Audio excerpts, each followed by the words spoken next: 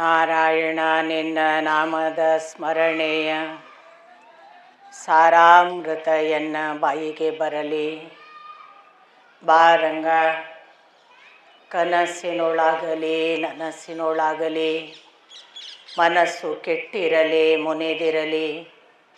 ಜನಕಜಾಪತಿ ನಿನ್ನ ಅಭೀಷ್ಟದ ಸ್ಮರಣೆಯ ಅಷ್ಟಾಕ್ಷರ ಮಂತ್ರ ಜಪಿಸುವ ಹಾಗೆ ಬಾರಂಗ.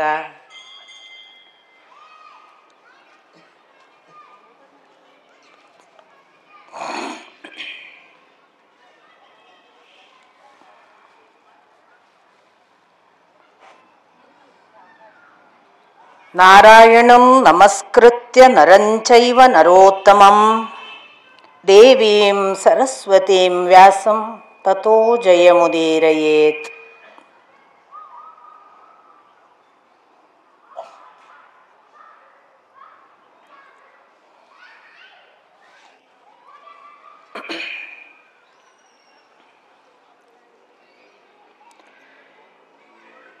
ಶ್ರೀರಾಮನವಮಿಯ ಈ ಶುಭ ದಿನ ಶ್ರೀರಾಮಚಂದ್ರನನ್ನು ಭಕ್ತಿಪೂರ್ವಕವಾಗಿ ನಮಸ್ಕರಿಸಿ, ಗುರುಗಳಾದ ಶ್ರೀ ರಾಘವೇಂದ್ರ ಸ್ವಾಮೀಜಿಯವರ ಪದತಲಕ್ಕೆ ಹಣೆ ಹಚ್ಚಿ, ನೆರೆದಿರುವ ಎಲ್ಲ ಹಿರಿಕಿರಿಯರ ಪದತಲಕ್ಕೆ ಹಣೆ ಹಚ್ಚಿ ನಮಸ್ಕಾರ.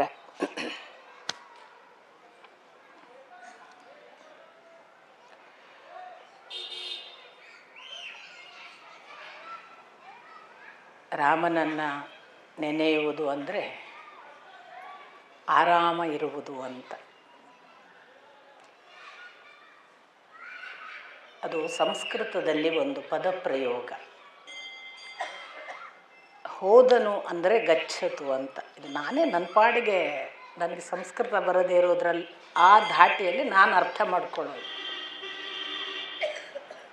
ಅವನು ಹೋಗಿ ಎಲ್ಲ ಕೆಲಸ ಮುಗಿಸಿ ಬಂದರೆ ಆ ಗಚ್ಚತು ಅಂತ.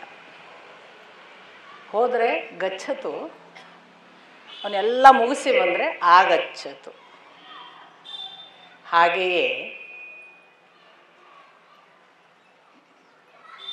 ಅವನು ಭಗವಂತನಾಗಿ ಅವನ ಜೊತೆಗೆ ಭಕ್ತಿಯಿಂದ ನಾವು ಇರುವಾಗ ಅವನು ರಾಮ, ನಾವು ಭಕ್ತರು. ನಾವು ಅವನಂತೆ ಆಗುವಾಗ ಆರಾಮ. ಸೊ ಆರಾಮ ಆಗುವುದು ಉಂಟಲ್ಲ, ಅದು ಅವನು ಮಾಡಬಹುದಾದ ಅನುಗ್ರಹದಿಂದ ಉಂಟಾಗುವ ಒಂದು ಸ್ಥಿತಿ. ಈ ಕಾರಣದಿಂದ ರಾಮ ಬಹಳ ಅನೇಕರಿಗೆ ತುಂಬ ಪ್ರೀತಿಯ ಒಬ್ಬ ದೇವರು. ಸೊ ರಾಮ ರಾಮ ಅಂತ ಅನ್ನದವರು ಬಹಳ ಅಪರೂಪ. ಆಚೆಗೆ ಹೋದರೆ ಈಚೆಗೆ ಹೋದರೆ ರಾಮ ರಾಮ ಅನ್ನುವವರು. ಬರೇ ರಾಮನನ್ನು ನೆನೆದ ಶಬರಿಗೆ ಯಾವ ಮಟ್ಟಕ್ಕೆ ಮೋಕ್ಷ ಸಾಧ್ಯವಾಯಿತು. ರಾಮನನ್ನು ಬಂದು ಅವನ ಕಣ್ಣಿಗೆ ನೀನು ಕಾಣಿಸಿದ ನಂತರ ನಿನ್ನ ಶಾಪವೇ ಬಿಡುಗಡೆ ಆಗ್ತದೆ ಅಂದ ಅಹಲ್ಯೆಗೆ ಎಂಥ ಒಂದು ಸೌಭಾಗ್ಯ. ಅವನ ಅಲ್ಲಿ ಬಂದು ಅವನು ಆಶ್ರಮಕ್ಕೆ ಪದತಲ ಇಟ್ಟಾಗಲೇ ಸಂಭವಿಸಿ ಬಿಟ್ಟದ್ದು. ಇಂಥ ಅನೇಕ ವಿಶೇಷ ಅನುಭವಗಳ ಸಮಾಗಮ ಶ್ರೀರಾಮಚಂದ್ರ. ಅವನನ್ನು ಭಕ್ತಿಯಿಂದ ಇವತ್ತಿನ ಒಳ್ಳೆಯ ದಿನದಲ್ಲಿ ಸ್ಮರಿಸಿ, ಈ ಒಂದು ಶುಭಾವಸರದಲ್ಲಿ ರಾಯರ ಭಕ್ತರು, ರಾಯರಿಗೆ ರಾಮ ಅಂದರೆ ಪರಮ ಪ್ರಿಯ. ರಾಯರು ಕೊಂಡಾಡಿದ್ದೇ ರಾಮನನ್ನು. ಹಾಗಾಗಿ ರಾಯರ ಭಕ್ತರೊಬ್ಬರು ಇವತ್ತು ರಥ ಕೊಟ್ಟಿದ್ದಾರಂತೆ. ಹೆಸರು ಬೇಡ ಅಂತ ಹೇಳಿ ದೇವರಿಗೆ ಒಂದು ರಥೋತ್ಸವ ಮಾಡುವುದಕ್ಕೆ ಒಂದು ರಥ ನನ್ನ ಕಡೆಯಿಂದ ಅಂತ ಹೆಸರು ಹೇಳದೆ ದಾನ ಮಾಡುವವರು. ಅದು ಶಿಬಿಯ ದಾನ, ಅದು ಎಂಥ ಶ್ರೇಷ್ಠ ದಾನ ಎಲ್ಲ ನಿಮಗೆ ಇಷ್ಟು ದಿನ ಕೇಳಿದ್ರಲ್ಲಿ ಗೊತ್ತಿದೆ. ಅಂಥ ದೊಡ್ಡ ಮನಸ್ಸಿಗೂ ಕೂಡ ನಮಸ್ಕರಿಸಿ, ನಾವು ನಿನ್ನೆ ದಿನ ನೋಡಿದ ಕೆಲವು ಭಾಗಗಳನ್ನು ಪುನರವಲೋಕನ ಮಾಡುವುದಾದರೆ, ಒಂದು ಕಡೆ ನಾವು ಸ್ಪಷ್ಟವಾಗಿ ಗಮನಿಸಿದ್ದು ವಿರಾಟನ ಗೋಗ್ರಹಣ ಪ್ರಸಂಗದಲ್ಲಿ ಹೇಗೆ ಏಕಮಾತ್ರ ವ್ಯಕ್ತಿಯಾಗಿ ಅರ್ಜುನ ಎಲ್ಲರನ್ನೂ ಸೋಲಿಸಿ ಅದನ್ನು ಸಾಧ್ಯವಾಗಿಸಿದ. ಹಾಗೆ ಸಾಧ್ಯವಾಗಿಸುವಾಗ ಅರ್ಜುನ ಮಾತ್ರ ಇದ್ದದ್ದು ನಮಗೆ ಕಾಣಿಸ್ತದೆ. ಆದರೆ ಅರ್ಜುನ ಮಾತ್ರ ಇರಲಿಲ್ಲ, ಅದು ಭಕ್ತಿಯಿಂದ ನಡೆಯಿತು, ಭಕ್ತಿಯ ಪ್ರಭಾವ ಅಂತ ಒಂದು ಮಾತಾಗಿ ನಾನು ನಿಮಗೆ ಹೇಳಿದ್ದೆ. ಯಾಕೆ ಅಂತಂದರೆ ಅವನು ಅಷ್ಟು ಆಯುಧಗಳನ್ನು ಅಸ್ತ್ರಗಳನ್ನು ಪಡೆದ ಬಳಿಕದ ಪ್ರಥಮ ಯುದ್ಧ ಅದು.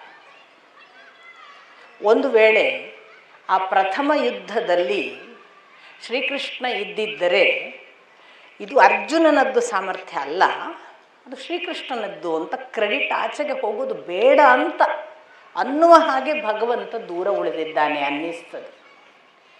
ಎಷ್ಟೋ ಸಂದರ್ಭಗಳಲ್ಲಿ ಭಗವಂತ ಭಕ್ತರಿಗೆ ಕ್ರೆಡಿಟ್ ಕೊಡುವ ಒಂದು ಬಹಳ ವಿಶೇಷ ಸ್ಥಿತಿಯನ್ನು ನಾವು ಹನುಮಂತನ ಸಂದರ್ಭದಲ್ಲೂ ನೋಡ್ತೇವೆ. ರಾಮಚಂದ್ರನ ಈ ದಿವಸ ರಾಮನವಮಿ ಆದ್ದರಿಂದ ನಾವು ನೆನೆಯಬಹುದಾದ ಒಂದು ಪ್ರಸಂಗ. ಎಲ್ಲ ಮುಗಿಸಿ ಪಟ್ಟಾಭಿಷೇಕಕ್ಕೆ ಬಂದ ರಾಮ ಪಟ್ಟಾಭಿಷಿಕ್ತನಾದ ಮೇಲೆ ಒಬ್ಬೊಬ್ಬರಿಗೆ ಅವತ್ತು ಆದ ಅಷ್ಟು ವಿಜಯಕ್ಕಾಗಿ ಒಂದೊಂದು ನೆನಪಿಗೆ ಏನೇನೋ ಕೊಡಬೇಕು ಅಂತ ಹೊರಟಾಗ ನಿಮಗೆ ಗೊತ್ತು, ಸೀತೆಗೆ ಹಾಕಿದ ಹಾರವನ್ನು ಸೀತೆ ಹೀಗೆ ಹಿಡಿದು ನೋಡಿದಾಗ ರಾಮನಿಗೆ ಅರ್ಥವಾಗಿ ನಿನಗೆ ಯಾರಿಗೆ ಬೇಕೋ ಅವರಿಗೆ ಕೊಡಬಹುದು ಅನ್ನುವ ಒಂದು ಮಾತನ್ನು ಅಥವಾ ಸೂಚನೆಯನ್ನು ಕಾಣಿಸಿದ ತಕ್ಷಣ ಅದನ್ನು ಎತ್ತಿ ಹಾಕಿದ್ದು ನೇರವಾಗಿ ಹನುಮಂತನ ಕೊರಳಿಗೆ.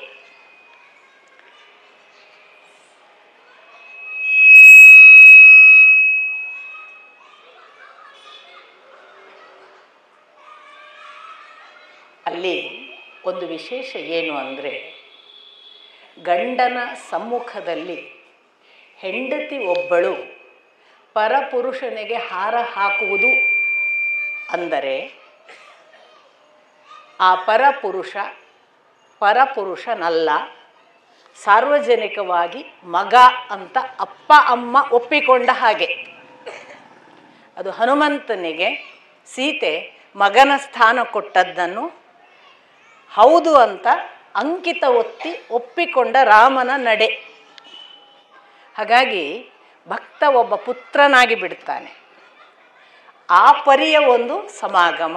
ಹಾಗೆ ಇಲ್ಲಿ ಅರ್ಜುನನ ಯಶಸ್ಸನ್ನು ಹೇಳದೇ ಇದ್ದರೆ ಅದು ಕೇವಲ ಕೃಷ್ಣನ ಯಶಸ್ಸು ಆಗಿಬಿಟ್ಟರೆ, ನಿಜವಾದ ಅರ್ಜುನನ ಸಾಮರ್ಥ್ಯ ಪ್ರಕಟ ಆಗದೇ ಇದ್ದರೆ ಅದು ಮುಂದಿನ ಯುದ್ಧ ಸಿದ್ಧತೆಗೆ ಸರಿಯಾದ ಪೀಠಿಕೆಯನ್ನು ನಿರ್ಮಾಣ ಮಾಡೋದಿಲ್ಲ ಅನ್ನುವುದು ಖಚಿತವಿದ್ದ ಹಾಗೆ ಭಗವಂತ ತಾನು ಗೊತ್ತಿದ್ದೇ ಹಿಮ್ಮೆಟ್ಟಿದ್ದಾನೇನೋ ಅನ್ನುವ ಹಾಗೆ ಅವನಲ್ಲಿ ಪ್ರವೇಶನೇ ಮಾಡಿಲ್ಲ.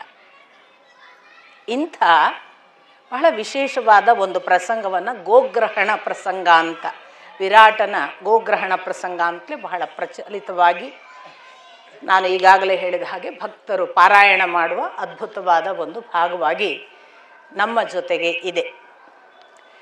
ಅದಾದ ನಂತರ ನಾನು ಹೇಳಿದೆ, ನಿಮಗೆ ನಾನು ಹೇಳುವಾಗ ಒಂದು ಸಣ್ಣ ಅಪಾರ್ಥ ಆಗಿರಲಿಕ್ಕೆ ಸಾಕು. ಮೊದಲ ಸಿದ್ಧತೆ ಪಾಂಡವರೇ ಮಾಡಿದ್ದು ಈ ಬೇರೆ ಬೇರೆ ರಾಜರನ್ನು ಕರೆದು ಅಂತ. ಹಾಗಲ್ಲ. ಪ್ರಥಮದಲ್ಲೇ ನೀವು ಇನ್ನು ನೋಡಿ, ಅವರ ಅಜ್ಞಾತವಾಸದಿಂದ ಬಂದರೆ ಏನು ಮಾಡಬೇಕು? ಒಂದೋ ಅವರಿಗೆ ಅರ್ಧ ಪಾಲು ಕೊಡಬೇಕು, ಇಲ್ಲದೇ ಇದ್ದರೆ ಅವರಿಗೆ ಜೊತೆಗೆ ಯುದ್ಧಕ್ಕೆ ಸಿದ್ಧರಾಗಬೇಕು ಅನ್ನುವ ಮಾತನ್ನು ಇನ್ನೂ ವಿರಾಟನ ಗೋಗ್ರಹಣ ಪ್ರಸಂಗಕ್ಕೆ ಯುದ್ಧಕ್ಕೆ ಹೋಗುವ ಮೊದಲು ಸುಶರ್ಮನ ಯೋಚನೆಯನ್ನು ಹೇಳುವುದಕ್ಕೆ ಮೊದಲೇ ಕೃಪಾಚಾರ್ಯರು ಹೇಳಿಯಾಗಿದೆ. ನಾವು ರಾಜರಾಗಿ ಮೊದಲು ನಮ್ಮ ಸಾಮರ್ಥ್ಯ, ನಮ್ಮ ಪಕ್ಷ ಬಲಪಡಿಸ್ಕೊಳ್ಬೇಕು. ಯಾರನ್ನು ನೀವು ಆ ಪಕ್ಷಕ್ಕೆ ನಿಮ್ಮ ಪಕ್ಷಗಳಿಗೆ ರಾಜರನ್ನು ಕರೀಬಹುದು ಅಂತ ಯೋಚನೆ ಮಾಡಿಕೊಳ್ಳಿ. ಆ ಪ್ರಕಾರ ಯೋಚಿತರನ್ನು ನಿಮ್ಮ ಪಕ್ಷದೊಳಗೆ ನಿಲ್ಲಿಸಿಕೊಂಡು ಪಕ್ಷ ಸಂಘಟನೆ ಮಾಡಿ ಅಂತ ಅಲ್ಲಿಯೇ ಪ್ರಾರಂಭ ಆಗಿ ಅವರು ಆಗಲೇ ಶುರು ಮಾಡಿ ಆಗಿತ್ತು. ಆ ನಂತರ ಇವರು ಪಾಂಡವಾದಿಗಳು ಅಭಿಮನ್ಯುವಿನ ಮದುವೆಯ ನಂತರದಲ್ಲಿ ಈ ಕೆಲಸವನ್ನು ಪ್ರಾರಂಭ ಮಾಡಿದ್ದು. ಹಾಗಾಗಿ ಪ್ರಥಮದಲ್ಲಿ ಅವರೇ ಶುರು ಮಾಡಿದ್ದಾರೆ. ಅಜ್ಞಾತವಾಸ ಮುಗಿಸಿ ಬಂದರೆ ಏನು ಮಾಡೋದು? ಈಗಾಗಲೇ ಸ್ಟ್ರಾಟಜಿಕಲ್ಲಿ ಹೋಗೋಣ ಅಂತ ಕೃಪಾಚಾರ್ಯರ ಸೂಚನೆಯ ಪ್ರಕಾರ ಅದು ಕೌರವರಲ್ಲಿ ಆಗಲೇ ಆರಂಭ ಆಗಿತ್ತು. ಇನ್ನು ಈ ಪಾಂಡವಾದಿಗಳನ್ನು ಮತ್ತು ಕೌರವರನ್ನು ಯಾರ್ಯಾರನ್ನು ಸೇರುವುದು ಅಂದಾಗ ನಾನು ನಿಮಗೆ ಹೇಳಿದೆ, ಶಲ್ಯ ಒಂದು ಕಡೆಯಿಂದ ಹೇಗೆ ದುರ್ಯೋಧನನ ಬಲೆಗೆ ಬಿದ್ದ ಅಂತ. ದುರ್ಯೋಧನನ ಬಲೆಗೆ ಬಿದ್ದ ಅನ್ನೋದು ನಿಮಗೆ ಖಚಿತವಾಗಿ ಓದುವಾಗ ಗೊತ್ತಾಗುತ್ತೆ. ಶಲ್ಯ ಪಾಂಡವರನ್ನು ಅಭಿನಂದಿಸಬೇಕು ಅಂತ ಬರುವ ಆ ದಾರಿಯಲ್ಲಿ ತುಂಬ ಸುಂದರವಾದ ಸಭೆಯ ಅಲಂಕಾರಗಳನ್ನು ಮಾಡಿದ ಸಭಾಂಗಣ ನಿರ್ಮಾಣ ಮಾಡಿ ಅದರೊಳಗೆ ಹೋಗಿ ಶಲ್ಯ ಒಳ್ಳೆ ತೃಪ್ತಿಯಾಗಿ ಭೋಜನ ಎಲ್ಲ ಸ್ವೀಕರಿಸಿ, ಇಷ್ಟು ಒಳ್ಳೆಯ ಭೋಜನ ಕೊಟ್ಟಿದ್ದಾರೆ ಇವರು ದಾರಿಯಲ್ಲಿ ಬರುವ ನಮಗೆ ಅಂತ ಪಾಂಡವರು ಅಂತ ತಿಳಿದು ಒಪ್ಪಿಕೊಂಡದ್ದು ಅಂತ ನಾನು ನಿಮಗೆ ಹೇಳಿದೆ. ಅಷ್ಟರಲ್ಲಿ ಅದು ದುರ್ಯೋಧನ ಬಂದು ಮಾತು ತೆಗೆದುಕೊಂಡಾಯಿತು. ಇದು ಒಂದು ಭಾಗವಾದರೆ, ಶಲ್ಯನ ವಿಷಯದಲ್ಲಿ ನಿನ್ನೆ ದಿನ ನಾನು ಶಲ್ಯ ಮತ್ತು ಯುಧಿಷ್ಠಿರನ ಮಾತುಕತೆಯಲ್ಲಿ ಇಂದ್ರ ಶಚಿಯರ ದುಃಖದ ಕಥೆ ಕೂಡ ಬಂತು ಅಂತ ಸಂಕ್ಷಿಪ್ತ 2 ವಾಕ್ಯದಲ್ಲಿ ಹೇಳಿದೆ. ಸಣ್ಣ ಪುಟ್ಟ ವ್ಯತ್ಯಾಸಗಳಿವೆ. ಈಗ ಶಚಿ ಮತ್ತು ಇಂದ್ರರಿಗೆ ದುಃಖ ಯಾಕಾಯಿತು ಅನ್ನುವುದು ನಿಮಗೆ ನಹುಷನ ಕಥೆಯಲ್ಲಿ ಗೊತ್ತಾಗಲ್ಲ. ನಾನು ಅಜಗರನ ಕಥೆ ಹೇಳುವಾಗ ನಹುಷ ಅಗಸ್ತ್ಯರ ಶಾಪದಿಂದ ಪತನ ಆದ, ಆಗ ಅವನಿಗೆ ಸರ್ಪ ಆಗುವಂಥ ಶಾಪ ಇತ್ತು, ಗೊತ್ತಿತ್ತು ನಿಮಗೆ. ಯಾಕೆ ನಹುಷನಿಗೆ ಆ ಶಾಪ ಅನ್ನೋದಕ್ಕೆ ಪೂರ್ವವಾಗಿ ನಿಮಗೆ ಗೊತ್ತು, ಅಲ್ಲಿ ಒಂದು ಕಾಲಕ್ಕೆ ವಿಶ್ವರೂಪ ಅನ್ನುವ ಒಬ್ಬ, ನಾನು ನಿಮಗೆ ಹೇಳಿದೆ ಅವನಿಗೆ ತ್ರಿಶಿರಸ್ ಅಂತ ಹೆಸರು ಅಂತ, ಅವನು ಒಂದು ಕಾಲಕ್ಕೆ ಇವರ ಇಂದ್ರನ ಜಾಗಕ್ಕೆ ಒಬ್ಬ ಬೃಹಸ್ಪತಿಯ ಗುರುವಿನ ಹಾಗೆ ಬಂದವನು ಅಂತ. ಇದು ಒಂದು ಕಥಾಭಾಗ. ಬೃಹಸ್ಪತಿಯ ಹಾಗೆ ಬಂದದ್ದಲ್ಲ, ತ್ರಿಶಿರಸ್ 3 ಮುಖಗಳಿಂದ ವೇದವನ್ನು ಮತ್ತೊಂದನ್ನು ತಿಳಿಯುವುದರಲ್ಲಿ, ದಿಕ್ಕುಗಳನ್ನು ವೇದಗಳನ್ನೆಲ್ಲ ತಿಳಿಯುವುದರಲ್ಲಿ ಬಹಳ ಬೆಳೀತಾ ಹೋದ ಹಾಗೆ ಅವನು ಇನ್ನೇನು ಇಂದ್ರನನ್ನು ಮೀರಿಸ್ತಾನೆ ಅನ್ನುವ ಕಾರಣಕ್ಕೆ ಇಂದ್ರ ಕೊಂದ ಅಂತ ಇಲ್ಲಿಯ ಕಥೆ. ಭಾಗವತದಲ್ಲಿ ಬರುವಾಗ ಅದು ಅವನು ಗುರುವಿನ ಸ್ಥಾನದಲ್ಲಿದ್ದು ಬೇರೆ ಒಬ್ಬ ತನ್ನ ತಾಯಿ ಅಸುರಳಿದ್ದವಳಿಗೆ ಹವಿಸ್ಸು ಕೊಟ್ಟದ್ದಕ್ಕೆ ಕೊಂದ ಅಂತ. ಈ ಥರದ ವ್ಯತ್ಯಾಸಗಳೆಲ್ಲ ಬರ್ತವೆ. ಈ ವ್ಯತ್ಯಾಸಗಳು ಬರುವುದನ್ನು ಮತ್ತು ಈ ಕಥೆಗಳು ಯಾಕೆ ನಡುವೆ ಈ ದೇವತೆಗಳ ಕಥೆ ಬರ್ತದೆ, ಕೇಳಲಿಕ್ಕೆ ಅಪರಿಚಿತ ಕಥೆಗಳು, ಅಂದರೆ ನಮ್ಮ ಲೋಕದ್ದಲ್ಲ. ಆಮೇಲೆ ಅರ್ಥ ಮಾಡಿಕೊಳ್ಳೋಣ ಸ್ವಲ್ಪ ನಂಬಲಿಕ್ಕೆಲ್ಲ ಕಷ್ಟ ಆಗುವ ಹಾಗೆ. ಯಾಕಂದರೆ ಇಲ್ಲಿ ನೋಡಿ, ಇಲ್ಲಿ ಬರುವ ವೃತ್ರಾಸುರನನ್ನು ದಧೀಚಿಯ ಮೂಳೆಯಿಂದ ವಜ್ರಾಯುಧ ಮಾಡಿ ಕೊಲ್ಲೋದಿಲ್ಲ. ಅದು ಅಲ್ಲಿ ಭಾಗವತಕ್ಕಾಗುವಾಗ ಮತ್ತು ಬೇರೆ ಪುರಾಣಗಳಲ್ಲಿ ಆ ಥರದ ಕತೆ. ಮಹಾಭಾರತದಲ್ಲಿ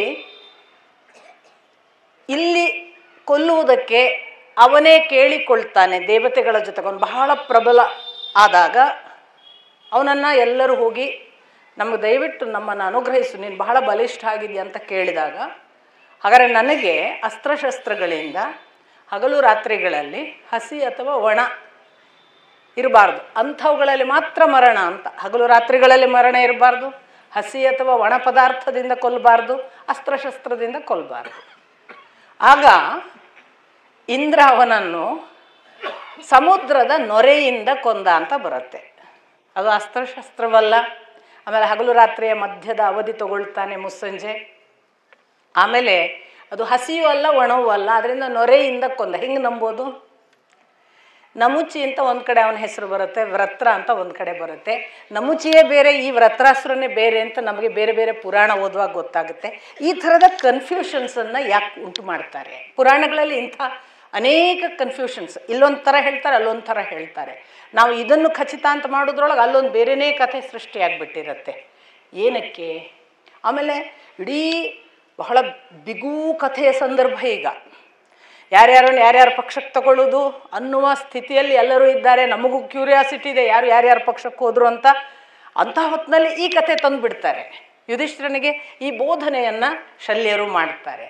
ಅಲ್ಲಿ ಆ ನಮುಚಿಯನ್ನು ಕೊಂದ ನಂತರ ಅಥವಾ ವೃತ್ರನ ವಧೆ ಆದ ನಂತರ ಪುನಃ ಇವನು ಒಂದು ಥರ ಈ ತ್ವಷ್ಟೃವಿಗೆ ಹೆದರಿ, ಯಾಕೆ ತ್ವಷ್ಟೃವಿನ ಪುನೊಬ್ಬ ಮಗ ಅವ, ವೃತ್ರಾಸುರನ್ನು ತ್ವಷ್ಟೃವೆ ಅದು ಯಜ್ಞದಿಂದ ಹುಟ್ಟಿಸಿರ್ತಾನೆ. ಹೀಗಾಗಿ ತ್ವಷ್ಟೃವಿಗೆ ಹೆದರಿ ಇವನು ಅಡಿಗೆ ಕೂತ್ಕೊಳ್ತಾನೆ. ಒಂದು ಥರದ ಬ್ರಹ್ಮಹತ್ಯಾ ದೋಷವೂ ಕೂಡ ಇವನಲ್ಲಿ ಇರ್ತದೆ ಅಂತ ಹೇಳಿ ಅವನು ಅಡಿಗೆ ಕೂತ್ಕೊಳ್ತಾನೆ. ಅವನು ಅಡಿಗೆ ಕೂತ್ಕೊಂಡ ಸಂದರ್ಭದಲ್ಲಿ ನಹುಷನನ್ನು ದೇವತೆಗಳ ಅಧಿಪತ್ಯಕ್ಕೆ ಒಬ್ಬರು ಇಲ್ಲಾಗ್ತಾರೆ, ನೀನು ಅದರ ಅಧಿಪತಿ ಆಗು ಅಂತ ಹೇಳಿ ಆಗ ನಹುಷನನ್ನು ನೇಮಿಸಿದ್ದು. ಆಗ ಅವನಿಗೆ ಸಕಲ ದೇವತೆಗಳು ಅವನಲ್ಲಿ ಹೋಗಿ ವಾಸನಿತ್ತು ಅವನನ್ನು ನಡೆಸುವ ಶಕ್ತಿ ಆಗ್ತಾರೆ. ಅಂಥ ಹೊತ್ತಿನಲ್ಲಿ ನಹುಷ ಏನು ಅಪೇಕ್ಷೆ ಪಡ್ತಾನೆ ಅಂದರೆ ಇಂದ್ರ ಪದವಿ ಸಿಕ್ಕಿದೆ, ಇಂದ್ರನ ಎಲ್ಲವೂ ಸಿಕ್ಕಿದೆ ನನಗೆ, ಇಂದ್ರನ ಹೆಂಡತಿ ಯಾಕೆ ಸಿಗೋದಿಲ್ಲ? ಇದು ಅವನ ಪ್ರಶ್ನೆ. ಶಚಿ ನನ್ನವಳಾಗಬೇಕಲ್ಲ ಅಂತ. ದುರಾತ್ಮರು ಬೇರೆ ಬೇರೆ ರೀತಿ ಯೋಚನೆ ಮಾಡ್ತಾರೆ. ತುಂಬ ದೊಡ್ಡ ಜಾಯಿಂಟ್ ಫ್ಯಾಮಿಲಿಯಲ್ಲಿ ಒಬ್ಬಳು 20 ವರ್ಷ ಗ್ಯಾಪ್, ದೊಡ್ಡ ಅಕ್ಕನಿಗೂ ಚಿಕ್ಕ ತಂಗಿಗೂ. ದೊಡ್ಡ ಅಕ್ಕನಿಗೆ ಮದುವೆ ಆಗಿದೆ, ಗಂಡ ಇದ್ದಾರೆ, ಭಾವ. ಈ ಚಿಕ್ಕ ಮಗಳು ಅಥವಾ ಕೊನೆಯ ತಂಗಿ ಈಗಿನ್ನೂ SSLCಯೋ ಅಥವಾ ಆ ವಯಸ್ಸು. ದೊಡ್ಡ ಅಕ್ಕ ಏನು ಮಾಡಿದ್ಲು, ಸಣ್ಣ ತಂಗಿನ ತನ್ನ ಮನೇಲಿ ಓದಿಸ್ಲಿಕ್ಕೆ ಇಟ್ಕೊಂಡ್ಲು. ಅಕ್ಕನ ಗಂಡ ಏನು ಮಾಡಿದ, ಒಂದು ದಿನ ಈ ತಂಗಿ ಹತ್ರ ಹೋದ. ಅವಳು ಚಿಟ್ನೆ ಚೀರಿ ಅಕ್ಕನ ಹತ್ರ ಹೋದ್ಲು. ಗಂಡನು ಆದ ಏನು, ಅಮ್ಮನ ತಂಗಿ ಚಿಕ್ಕಮ್ಮ ಆಗುವುದು ಹೌದಾದ್ರೆ ಹೆಂಡತಿಯ ತಂಗಿ ಚಿಕ್ಕ ಹೆಂಡತಿ ಯಾಕಾಗೋದಿಲ್ಲ ಅಂತ. ಹೇಗಿದೆ ಅಂದರೆ ದುರಾತ್ಮರ ಯೋಚನೆಗೆ ಭಾರೀ ಸಮರ್ಥನೆಗಳೆಲ್ಲ ಇರ್ತವೆ. ಇದು ನಡೆದದ್ದನ್ನು ನಾನು ನಿಮಗೆ ಹೇಳಿದ್ದು. ಈ ಥರದ ಕಾನೂನು ಇಲ್ಲಿ ಶಚಿಯ ಜೊತೆಗೆ ನಹುಷನದ್ದು. ಅರೆ, ನನಗೆ ಇಂದ್ರನ ಸಿಂಹಾಸನ ಕೊಟ್ಟಿದ್ದೀರಿ, ಇಂದ್ರನ ಹೆಂಡ್ತೀನಿ ಯಾಕೆ ಕೊಡಲ್ಲ? ಶಚಿ ಮಹಾಪತಿವ್ರತೆ ದೇವತೆಗಳಲ್ಲಿ.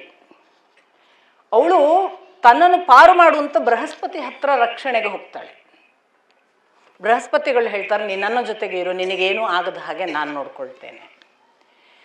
ಆದರೆ ಇವನ ಮೊದಲೇ ಆಧಿಪತ್ಯದ ದೊರೆ, ದೇವತೆಗಳು ಕೂಡ ಇವನಲ್ಲಿ ಹೋಗಿ ನೆಲೆ ನಿಂತದ್ರಿಂದ ಬಲ, ಇವನು ಬಹಳ ಜೋರಾಗಿ ತನ್ನ ಬಲ ಪ್ರದರ್ಶನ ಮಾಡಿ ಹೇಗಾದರೂ ಶಚಿಯನ್ನು ಇಂಥ ದಿನದೊಳಗೆ ತರಬೇಕು ಅಂತ ಘೋಷಣೆ ಮಾಡಿದಾಗ ಬೃಹಸ್ಪತಿಗಳು, ನೀನು ಹೋಗಿ ಅವನನ್ನು ಸಮಾಧಾನಪಡಿಸಿ ಕಾಲಾವಕಾಶ ತಗೊಂಡು ಬಾ, ಅಷ್ಟರೊಳಗೆ ನಾವೇನಾದ್ರು ಮಾಡೋಣ. ಹೀಗೆ ಬಂದು ಕಾಲಾವಕಾಶ ಕೇಳಲಾಗಿ ಇವ್ರಿಗೆ ಇಂದ್ರ ಎಲ್ಲಿದ್ದಾನೆ ಅಂತ ಗೊತ್ತಿಲ್ಲ. ಇಂದ್ರ ಬರುವವರೆಗೆ ಒಂದು ವೇಳೆ ಅವನು ಎಷ್ಟೋ ಕೆಲವು ಸಮಯ ಕೊಡು, ಅಷ್ಟರೊಳಗೆ ಇಂದ್ರ ಬರದಿದ್ರೆ ನಾನು ನನ್ನ ಪಾತಿವ್ರತ್ಯದ ದೃಷ್ಟಿಯಿಂದ ಅವನಿಗೆ ಸಮರ್ಪಿಸಿಕೊಂಡವಳು, ಅವನು ಇಲ್ಲ ಅಂತ ನನಗೆ ಖಚಿತವಾದ ಮೇಲೆ ನಾನು ಬಂದು ನಿನಗೆ ಸಮರ್ಪಿಸ್ತೇನೆ. ಈಗ ಅವನು ಬರಬೇಕು, ಇಲ್ಲದ್ರೆ ಇವಳ ಪ್ರಾಣ ಹೋಗುತ್ತೆ. ಹಾಗಂತ ಇಂದ್ರ ಎಲ್ಲಿದ್ದಾನೆ ಗೊತ್ತಿಲ್ಲ. ಕಡೆ ಹುಡುಕಾಟದ ಕಟ್ಟು ಕಡೆಗೆ ಅವನು ತಾವರೆಯ ಒಂದು ದಂಟಿನ ಒಳಗೆ ಹೋಗಿ ಸೂಕ್ಷ್ಮವಾಗಿ ಅಡಗಿ ಕೂತಿದ್ದ ಅಂತ ಕಥೆ. ಆಗ ಅಗ್ನಿಯನ್ನು ಕರೆದು ಅಗ್ನಿಯ ಮುಖಾಂತರ ಒಲಿಸಬೇಕು ಅಂತ ಪ್ರಯತ್ನಿಸಿ, ಅದಕ್ಕೆ ಮೊದಲು ಅದು ತಾವರೆಯ ಒಳಗೆ ಇದ್ದದ್ದನ್ನು ಹೇಳಿದ್ಯಾರು, ಶಚಿ ನಿಶಾದೇವಿಯನ್ನು ಪ್ರಾರ್ಥಿಸಿ, ನಿಶಾದೇವಿ ಅವಳನ್ನು ಕರ್ಕೊಂಡು ಹೋಗಿ ಅಲ್ಲಿ ತಾವರೆ ದಳದ ಒಳಗೆ ಹೋಗಿ ಇಂದ್ರನ ಹತ್ರ ಕೇಳಲಾಗಿ, ಇಂದ್ರ ಒಂದೇ ಮಾತು ಹೇಳ್ತಾನೆ, ಈಗ ನನ್ನನ್ನು ನೀನು ಕರೆದ್ರೆ ಅವನು ಭಯಂಕರ ಬಲಿಷ್ಠ ಇದ್ದಾನೆ, ಅವನು ನನ್ನನ್ನು ಕೂಡ ನಾಶ ಮಾಡ್ತಾನೆ. ಮೊದಲು ಅವನ ಬಲಿಷ್ಠ ಸಾಧ್ಯತೆಗಳನ್ನು ಕಡಿಮೆ ಮಾಡುವಂಥದ್ದೇನಾದರೂ ಋಷಿಗಳಿಂದ ಮಾಡಿಸು. ಏನು ಮಾಡಿಸ್ಬೇಕು, ನೀನು ಅಡ್ಡ ಪಲ್ಲಕ್ಕಿಯಲ್ಲಿ ಅವನದೊಂದು ಮೆರವಣಿಗೆ ಮಾಡಿಸು, ಋಷಿಗಳು ಅದರಲ್ಲಿ ಕೂತ್ಕೊಳ್ಳೋ ಹಾಗೆ ಮಾಡಿಸು, ಋಷಿಗಳು ಹೊತ್ಕೊಳ್ಳೋ ಹಾಗೆ ಮಾಡಿಸು. ಋಷಿಗಳಿಂದ ಹೊತ್ತ ಅಡ್ಡ ಪಲ್ಲಕ್ಕಿ ಮೆರವಣಿಗೆ ಮಾಡಿದಾಗ ಆಗಬೇಕಾದ ಅನಾಹುತ ಆಗುತ್ತೆ, ಆಗ ನಾನು ಬರ್ತೇನೆ. ಈಗ ನೋಡಿ, ಇಲ್ಲಿ ಹೀಗೆ ಕಥೆಯ ವಿವರ, ಇಲ್ಲಿ ಹೀಗೆ. ಆದರೆ ಬೇರೆ ಬೇರೆ ಕಡೆ ಬೇರೆ ಬೇರೆ ಥರ ಬರ್ತದೆ ಅಂದೆ ಅಲ್ಲ. ಇಲ್ಲಿ ತಾವರೆಯ ದಂಟಿನ ಒಳಗೆ ಹೋಗಿ ಕೂತದ್ದು ಅಂತಲೂ ಹೇಳಿದೆ ನಾನು. ಒಂದು ಕ್ಷಣ ನಿಮ್ಮ ಯಾವುದೋ ಒಂದು ಆಂತರಂಗಿಕ ಅನೇಕ ಪ್ರಶ್ನೆಗಳಿಗೆ, ಈ ಥರದ ನಿಗೂಢ ಕಥೆಗಳಿವೆ ಅಲ್ಲ, ಇವೊಂಥರ ರಹಸ್ಯಗಳು. ಇವು ನಿಮ್ಮ ನಾರ್ಮಲ್ ರೀಡಿಂಗಿಗೆ ಖಂಡಿತ ಅರ್ಥವಾಗುವ ಮತ್ತು ಅರ್ಥ ಆದ ಕೂಡಲೇ ಹೀಗೆ ಅರ್ಥ ಅಂತ ವಿವರಿಸಲಿಕ್ಕಾಗದ ಏನೂ ಒಳಗುಟ್ಟು ಇರುವ ಕಥೆಗಳು. ನಮ್ಮ ಒಳಗೆ ಇರುವ ರಹಸ್ಯಗಳಿಗೆ ನಾನು ಇದನ್ನು ನಿಮಗೆ ಹೇಗೆ ಹೇಳೋದು ಗೊತ್ತಿಲ್ಲ. ನಮಗೆ ಗೊತ್ತಾಗದ ಎಷ್ಟೋ ರಹಸ್ಯಗಳಿಗೆ ಅದು ಎಂಥದೋ ಫ್ಲ್ಯಾಶಸ್ ಬರುವ ಹಾಗಾಗುತ್ತೆ ಇಂಥವುಗಳನ್ನು ಓದುವಾಗ. ಆ ಕಾರಣಕ್ಕಾಗಿ ಕೊಡ್ತಾರೆ ಅಂತ ನನಗೆ ಕಾಣಿಸೋದು.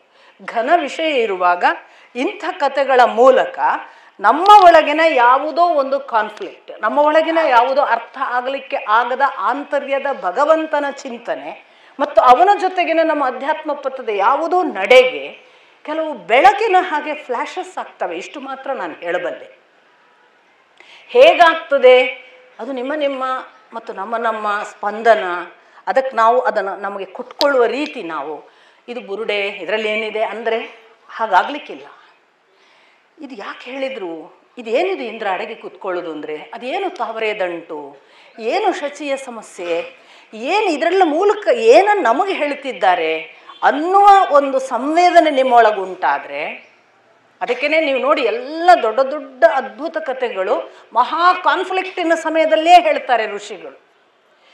ಏನನ್ನೋ ನಮಗೆ ಒಂದು ದೇವತೆಗಳ ಮೂಲಕ ಇನ್ಸೈಟನ್ನು ಕೊಟ್ಟು ನಮಗೆ ಕಾಣಲಾಗದ ಮುಂದಿನ ಪಥಕ್ಕೆ ದಾರಿ ಮಾಡುವ ಉದ್ದೇಶಗಳಂತೂ ಈ ಕಥೆಗಳಲ್ಲಿ ಸ್ಪಷ್ಟವಾಗಿ ಇದೆ.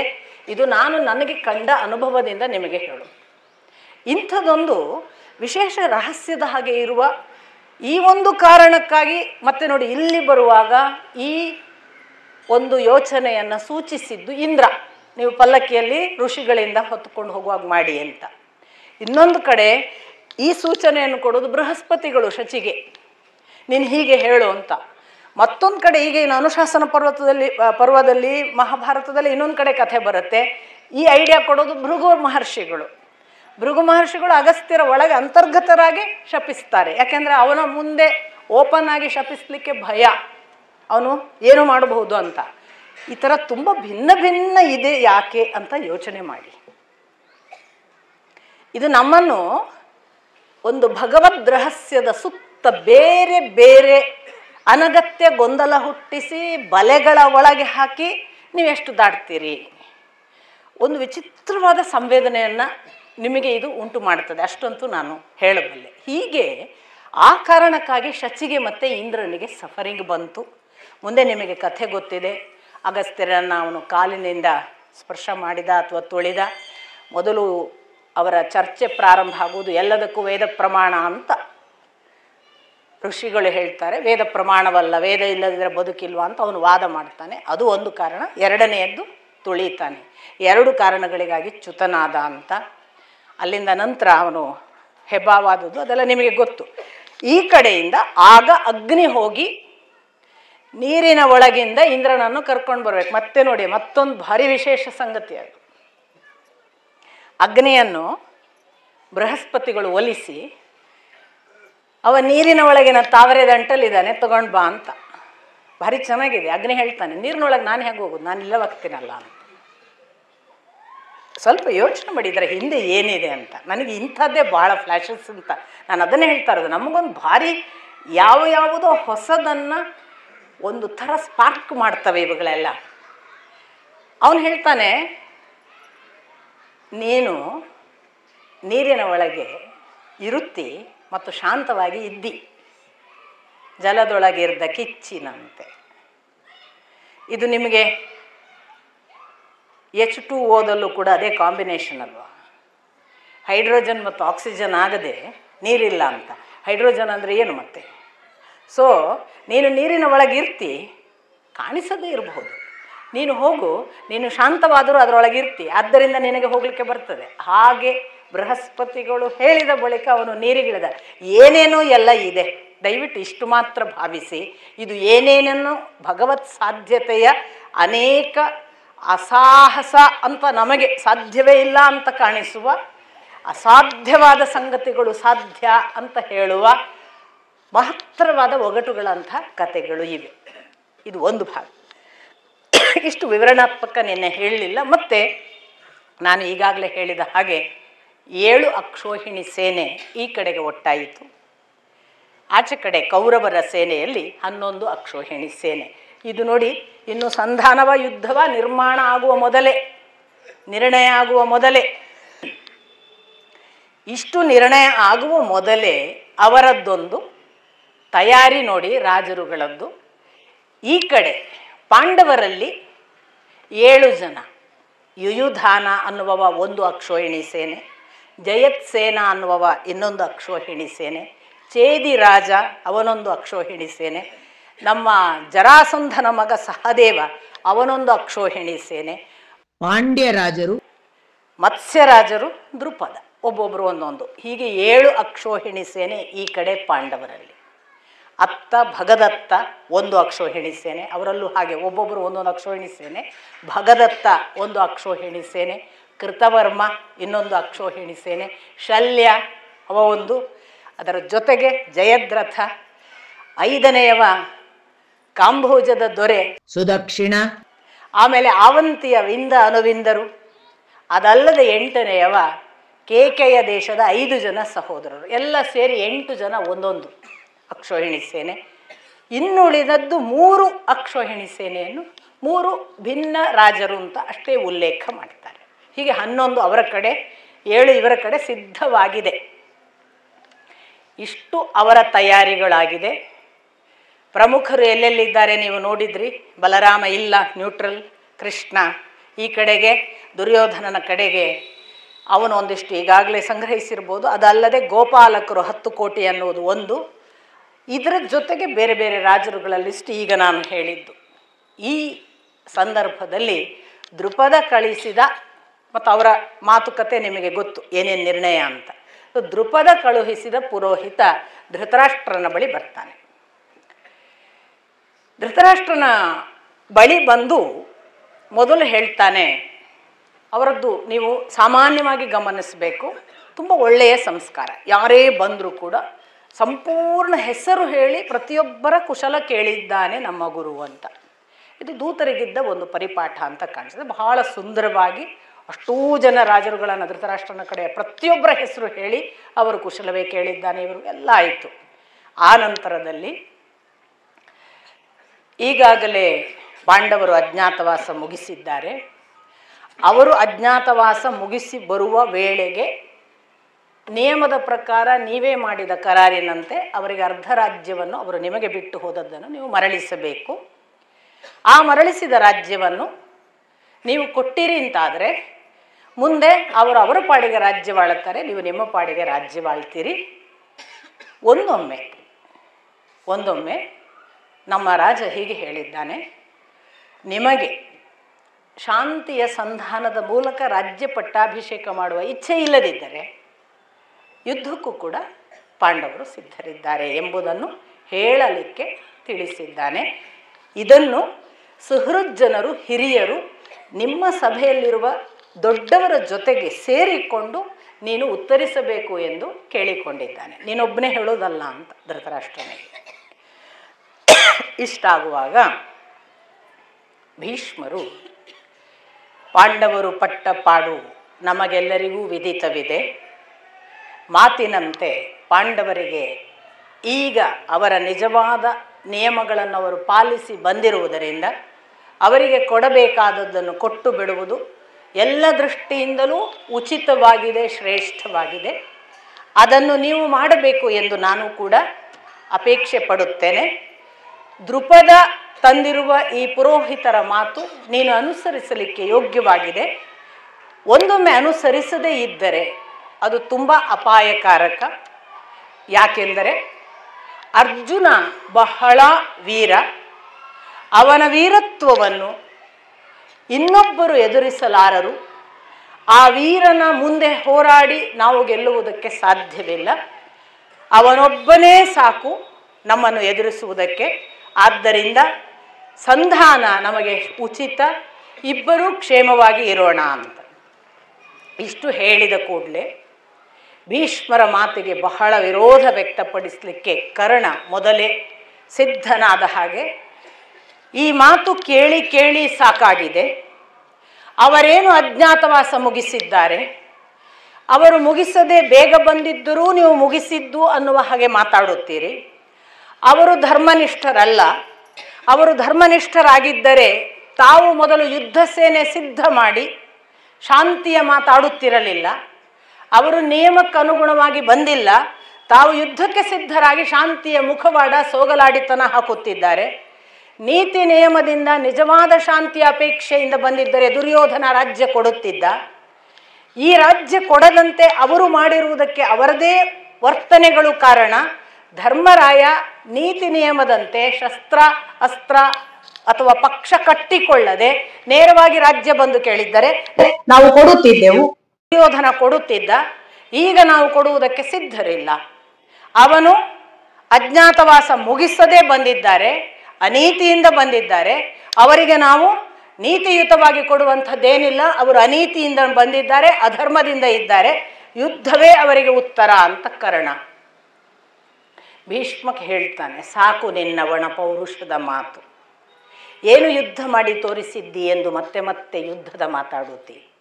ಅಂದು ನೋಡಿದೆವಲ್ಲ, ವಿರಾಟ ನಗರಿಯಲ್ಲಿ ದುರ್ಯೋಧನನ ಮುಂದೆ ನಿಂತು ಹೋರಾಡಲಾಗದೆ 3 ಬಾರಿ ಹೋಗಿ ಮರಳಿ ಬಂದಿದ್ದಿ. ನಿನ್ನ ಸೋಲು ಅದು ಅಂತಿಂಥ ಸೋಲಲ್ಲ. ನೀನು ಅಷ್ಟು ಸೋತ ಬಳಿಕವೂ ಅದನ್ನು ಮಾಡುತ್ತೇನೆ ಇದನ್ನು ಮಾಡುತ್ತೇನೆ ಅನ್ನುವ ಒಣ ಪೌರುಷದ ಮಾತುಗಳನ್ನೇ ಆಡುತ್ತಾ ಕುಳಿತುಕೊಳ್ಳಬೇಡ. ಧೃತರಾಷ್ಟ್ರನಿಗೆ ಹೇಳ್ತಾನೆ, ಧೃತರಾಷ್ಟ್ರ, ಇವನ ಮಾತು ಕೇಳಿ ನೀನೇನಾದರೂ ಯುದ್ಧ ನಿರ್ಧರಿಸಿದೆಯಾದರೆ ನಾವೆಲ್ಲ ಆ ಪಾಂಡವರ ಕೈಯಲ್ಲಿ ಮಣ್ಣು ಮುಕ್ಕಬೇಕಾಗುತ್ತದೆ. ಧೃತರಾಷ್ಟ್ರ ಒಂಥರ ಕಸಿಬಿಸಿ ಮಾಡಿಕೊಂಡು, ನಾನು ಆಮೇಲೆ ಹೇಳ್ತೀನಪ್ಪ, ಎಲ್ಲರ ಜೊತೆಗೆ ಎಲ್ಲ ಮಾತಾಡಿ ನೀನು ಹೋಗಿ ದ್ರುಪದನಿಗೆ ನಾನು ಮತ್ತೆ ಸಂಜಯನ ಮೂಲಕ ಸಂದೇಶ ಕಳಿಸ್ತೇನೆ ಅಂತ ಹೇಳ್ತೇನೆ, ಹೋಗು ಅಂತ ಕಳಿಸಿಬಿಡ್ತಾನೆ. ನೇರವಾಗಿ ಭೀಷ್ಮರನ್ನು ಒಪ್ಪುವ ಧೈರ್ಯ ಮಾಡೋದಿಲ್ಲ. ಇಷ್ಟಾದ ಮೇಲೆ ಸಂಜಯನನ್ನು ಕರೆದು, ಸಂಜಯನ ಹತ್ರ ನನಗೆ ಭೀಷ್ಮರ ಮಾತು ಒಪ್ಪಿಗೆ ಇದೆ, ಪಾಂಡವರಿಗೆ ಅನ್ಯಾಯ ಆದದ್ದು ನಿಜ, ನಾವು ಬೇಕಾದಷ್ಟು ಸಂತೋಷಗಳನ್ನು ಅನುಭವಿಸಿದ್ದೇವೆ, ಈಗ ಅವರು ದುಃಖಿತರಿದ್ದಾರೆ, ಅವರ ದುಃಖ ಕಾಲಗಳನ್ನೆಲ್ಲ ಅವರು ನಿಷ್ಠೆಯಿಂದ ಮುಗಿಸಿ ಬಂದಿದ್ದಾರೆ, ಅಂಥವರಿಗೆ ನಾವೀಗ ನಮ್ಮ ರಾಜ್ಯ ಕೊಡುವುದು ಯೋಗ್ಯವೇ ಇದೆ. ಅದನ್ನು ಬಿಟ್ಟು ನಾವು ನಮ್ಮ ರಾಜ್ಯ ನಮಗೆ ಬೇಕು ಅನ್ನುವ ಹಠ ಮಾಡುವುದು ನನಗೆ ಇಷ್ಟ ಕಾಣುವುದಿಲ್ಲ. ಅವರಿಗೆ ಅವರ ರಾಜ್ಯ ಸಲ್ಲಲಿ. ನನಗೆ ಅರ್ಜುನಾದಿಗಳ ಯುದ್ಧಕ್ಕಿಂತ ಅಸ್ತ್ರಶಸ್ತ್ರಕ್ಕಿಂತ ಒಂದು ಭಾಳ ವಿಶೇಷವಾಗಿ ಹೇಳ್ತಾನೆ, ಅಸ್ತ್ರಶಸ್ತ್ರಕ್ಕಿಂತ ಯುಧಿಷ್ಠಿರನ ಕೋಪದ ಬಗ್ಗೆ ಭಯವಿದೆ. ತಪಸ್ವಿ ಅವನು, ಧರ್ಮನಿಷ್ಠ, ಒಂದೊಮ್ಮೆ ಕೋಪಿಸಿಕೊಂಡರೆ ಸಾಕು ಅವನ ಕೋಪಕ್ಕೆ ಭಸ್ಮವಾದೆವು. ಆದ್ದರಿಂದ ಅವನು ನಮ್ಮ ಮೇಲೆ ಕೋಪಿಸಿಕೊಳ್ಳದ ಹಾಗೆ, ಯುದ್ಧಕ್ಕೇ ಬಾರದ ಹಾಗೆ, ಹೇಗಾದರೂ ಶಾಂತಿ ಸಂಧಾನ ಆಗುವ ಹಾಗೆ, ಶಾಂತಿ ಸಂಧಾನದ ಮೂಲಕ ಅವರು ನಮ್ಮನ್ನು ನಾವು ಅವರನ್ನು ಒಪ್ಪಿಕೊಳ್ಳುವ ಹಾಗೆ ಬಹಳ ಚತುರೋಕ್ತಿಯಿಂದ ನೀನು ಮಾತಾಡು. ನಾನು ಅವನ ಕೋಪಕ್ಕೆ ಹೆದರಿದ್ದೇನೆ. ಅಲ್ಲಿರುವ 7 ಅಕ್ಷೋಹಿಣಿ ಸೇನೆಯೂ ನನಗೆ ಗೊತ್ತು, ಅವರು ಬಲಿಷ್ಠರು, ಅರ್ಜುನಾದಿಗಳೂ ಬಲಿಷ್ಠರು ನನಗೆ ಗೊತ್ತು. ಆದರೆ ಯುಧಿಷ್ಠಿರನ ಕೋಪ ನನಗೆ ತುಂಬ ಎದೆನಡುಕ ಹುಟ್ಟಿಸ್ತದೆ.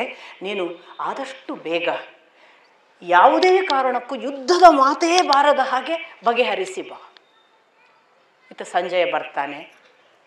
ಸಂಜಯ ಗಾವಲ್ಗಣ ಅನ್ನುವ ಧೃತರಾಷ್ಟ್ರನ ಮಿತ್ರನೂ ಸಾರಥಿಯೂ ಆದಂತಹ ಗವಲ್ಗಣನ ಮಗ, ಗಾವಲ್ಗಣ ಅಂತ ಇವನಿಗೆ ಹೆಸರು, ಗವಲ್ಗಣನ ಮಗ ಆದದ್ರಿಂದ ಬಹಳ ಆಪ್ತ.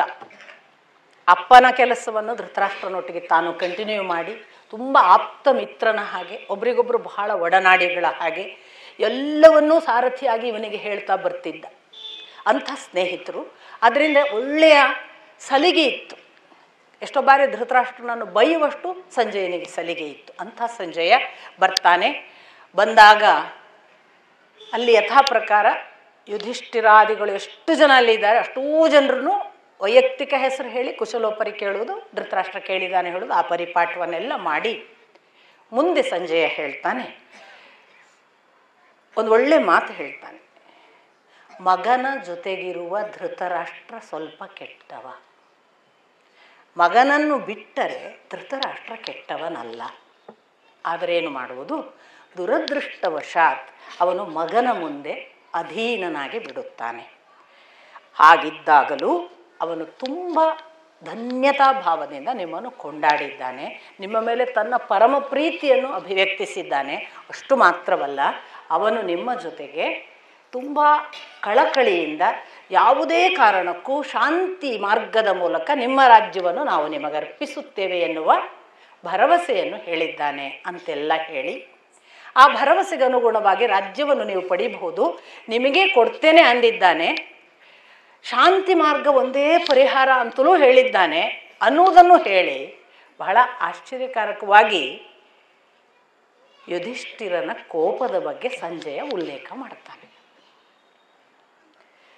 ಧೃತರಾಷ್ಟ್ರನಿಗೆ ಅರ್ಜುನಾದಿಗಳ ಅಸ್ತ್ರಶಸ್ತ್ರಕ್ಕಿಂತಲೂ ನಿನ್ನ ತಪಸ್ಸಿನ ಕೋಪದ ಬಗ್ಗೆ ಬಹಳ ಭಯವಿದೆ, ಯಾವುದೇ ಕಾರಣಕ್ಕೂ ನೀನು ಕೋಪಿಸಿಕೊಳ್ಳಬಾರದು ಎಂದು ಅವನು ಹೇಳಿದ್ದಾನೆ. ಆದ್ದರಿಂದ ದಯವಿಟ್ಟು ನೀನು ಕೋಪಿಸಿಕೊಳ್ಳಬೇಡ. ಇವ ಹೇಳ್ತಾನೆ, ಎಷ್ಟೋ ಕಾಲವಾಯಿತಪ್ಪ ನಾನು ಕೋಪವನ್ನು ದಾಟಿ, ಗೊತ್ತಿಲ್ಲ ನನಗೆ ವೈಯಕ್ತಿಕವಾಗಿ ನಾನು ಆದಷ್ಟು ಅದನ್ನು ನನ್ನ ಅಳತೆಗೆ ತಂದುಕೊಂಡಿದ್ದೇನೆ. ಬಹುತೇಕ ಕೋಪ ನನ್ನಲ್ಲಿ ಲುಪ್ತವಾದ ಹಾಗೆ ಕಾಣಿಸುತ್ತದೆ. ಒಂದೊಮ್ಮೆ ನೀನು ಆ ಮಾತನ್ನು ನನಗೆ ಯಾಕೆ ಹೇಳಿದಿ ಎಂದು ನಾನು ಪುನರವಲೋಕನ ಮಾಡುತ್ತೇನೆ. ನಾನು ಎಲ್ಲಿಯೂ ತಪ್ಪಿಲ್ಲ, ನಾನು ಯಾವ ಕಾರಣಕ್ಕೂ ಕೋಪಿಸಿಕೊಂಡದ್ದು ನನ್ನ ಗಮನಕ್ಕಿಲ್ಲ. ಅನೇಕ ಸಂದರ್ಭಗಳಲ್ಲಿ ನಾವು ಕ್ಷಮಿಸಿದ್ದೇವೆಯೇ ಹೊರತು ಯಾವ ಕಾರಣಕ್ಕೂ ನಿಮ್ಮನ್ನು ಧೂರ್ತತನದಿಂದ ಅಧರ್ಮದಿಂದ ಬೈದದ್ದಾಗಲಿ ಕೋಪಿಸಿಕೊಂಡದ್ದಾಗಲಿ ನನಗೆ ನೆನಪಿಲ್ಲ. ನಾನು ಬೇರೆ ಬೇರೆ ಸಂದರ್ಭಗಳಲ್ಲಿ ಉದಾಹರಿಸಬೇಕಾಗಿಲ್ಲ. ಜಯದ್ರಥನ ಸಂದರ್ಭ, ಬಂಧನದಿಂದ ಬಿಡುಗಡೆ ಮಾಡುವಾಗ, ಅಥವಾ ನಮ್ಮನ್ನು ದುಶ್ಯಾಸನ ದ್ರೌಪದಿಯ ಜೊತೆಗೆ ಮಾಡಿದ ವರ್ತನೆ, ಕರ್ಣನ ಜೊತೆಗೆ ಮಾಡಿದ ವರ್ತನೆ, ಎಲ್ಲ ಸಂದರ್ಭಗಳಲ್ಲೂ ಆ ಬಳಿಕ ಅದನ್ನು ಪ್ರತಿ ಬಾರಿಯೂ ನಾವು ಗಮನಿಸಿದರೆ ನಾನು ಯಾವ ಕಡೆಯೂ ಕೋಪಿಸಿಕೊಂಡಿಲ್ಲ. ಅದು ಯಾಕೆ ನಿಮಗೆ ಹಾಗೊಂದು ಭಾವ ಬಂತು? ಎಲ್ಲ ಪ್ರಶ್ನೆ ಕೇಳಿದಾಗ ಮತ್ತೆ ಮುಂದುವರಿಸು ಹೇಳ್ತಾನೆ, ತಪ್ಪು ಧೃತರಾಷ್ಟ್ರನ ಕಡೆಯಿಂದ ಏನಾದರೂ ಆಗಿದ್ದರೆ ನಾನು ಅದರ ಬಗ್ಗೆ ಸ್ವಲ್ಪ ಬೇಸರ ಪಟ್ಟಿದ್ದೇನೆ. ಅದು ಯಾವುದು ಅಂದರೆ, ವಿದುರನ ಮಾತನ್ನು ಅವನು ಪರಿಗಣಿಸಿಲ್ಲ. ಅವನು ವಿದುರನೊಬ್ಬನ ಮಾತನ್ನು ಪರಿಗಣಿಸಿ ದುಶ್ಯಾಸನ ಶಕುನಿ ಕರ್ಣರನ್ನು ಹೊರಗಿಟ್ಟಿದ್ದರೆ ಈ ಸ್ಥಿತಿ ಬರುತ್ತಲೇ ಇರಲಿಲ್ಲ. ಆದರೆ ಧೃತರಾಷ್ಟ್ರನ ಆಯ್ಕೆ ತದ್ವಿರುದ್ಧ.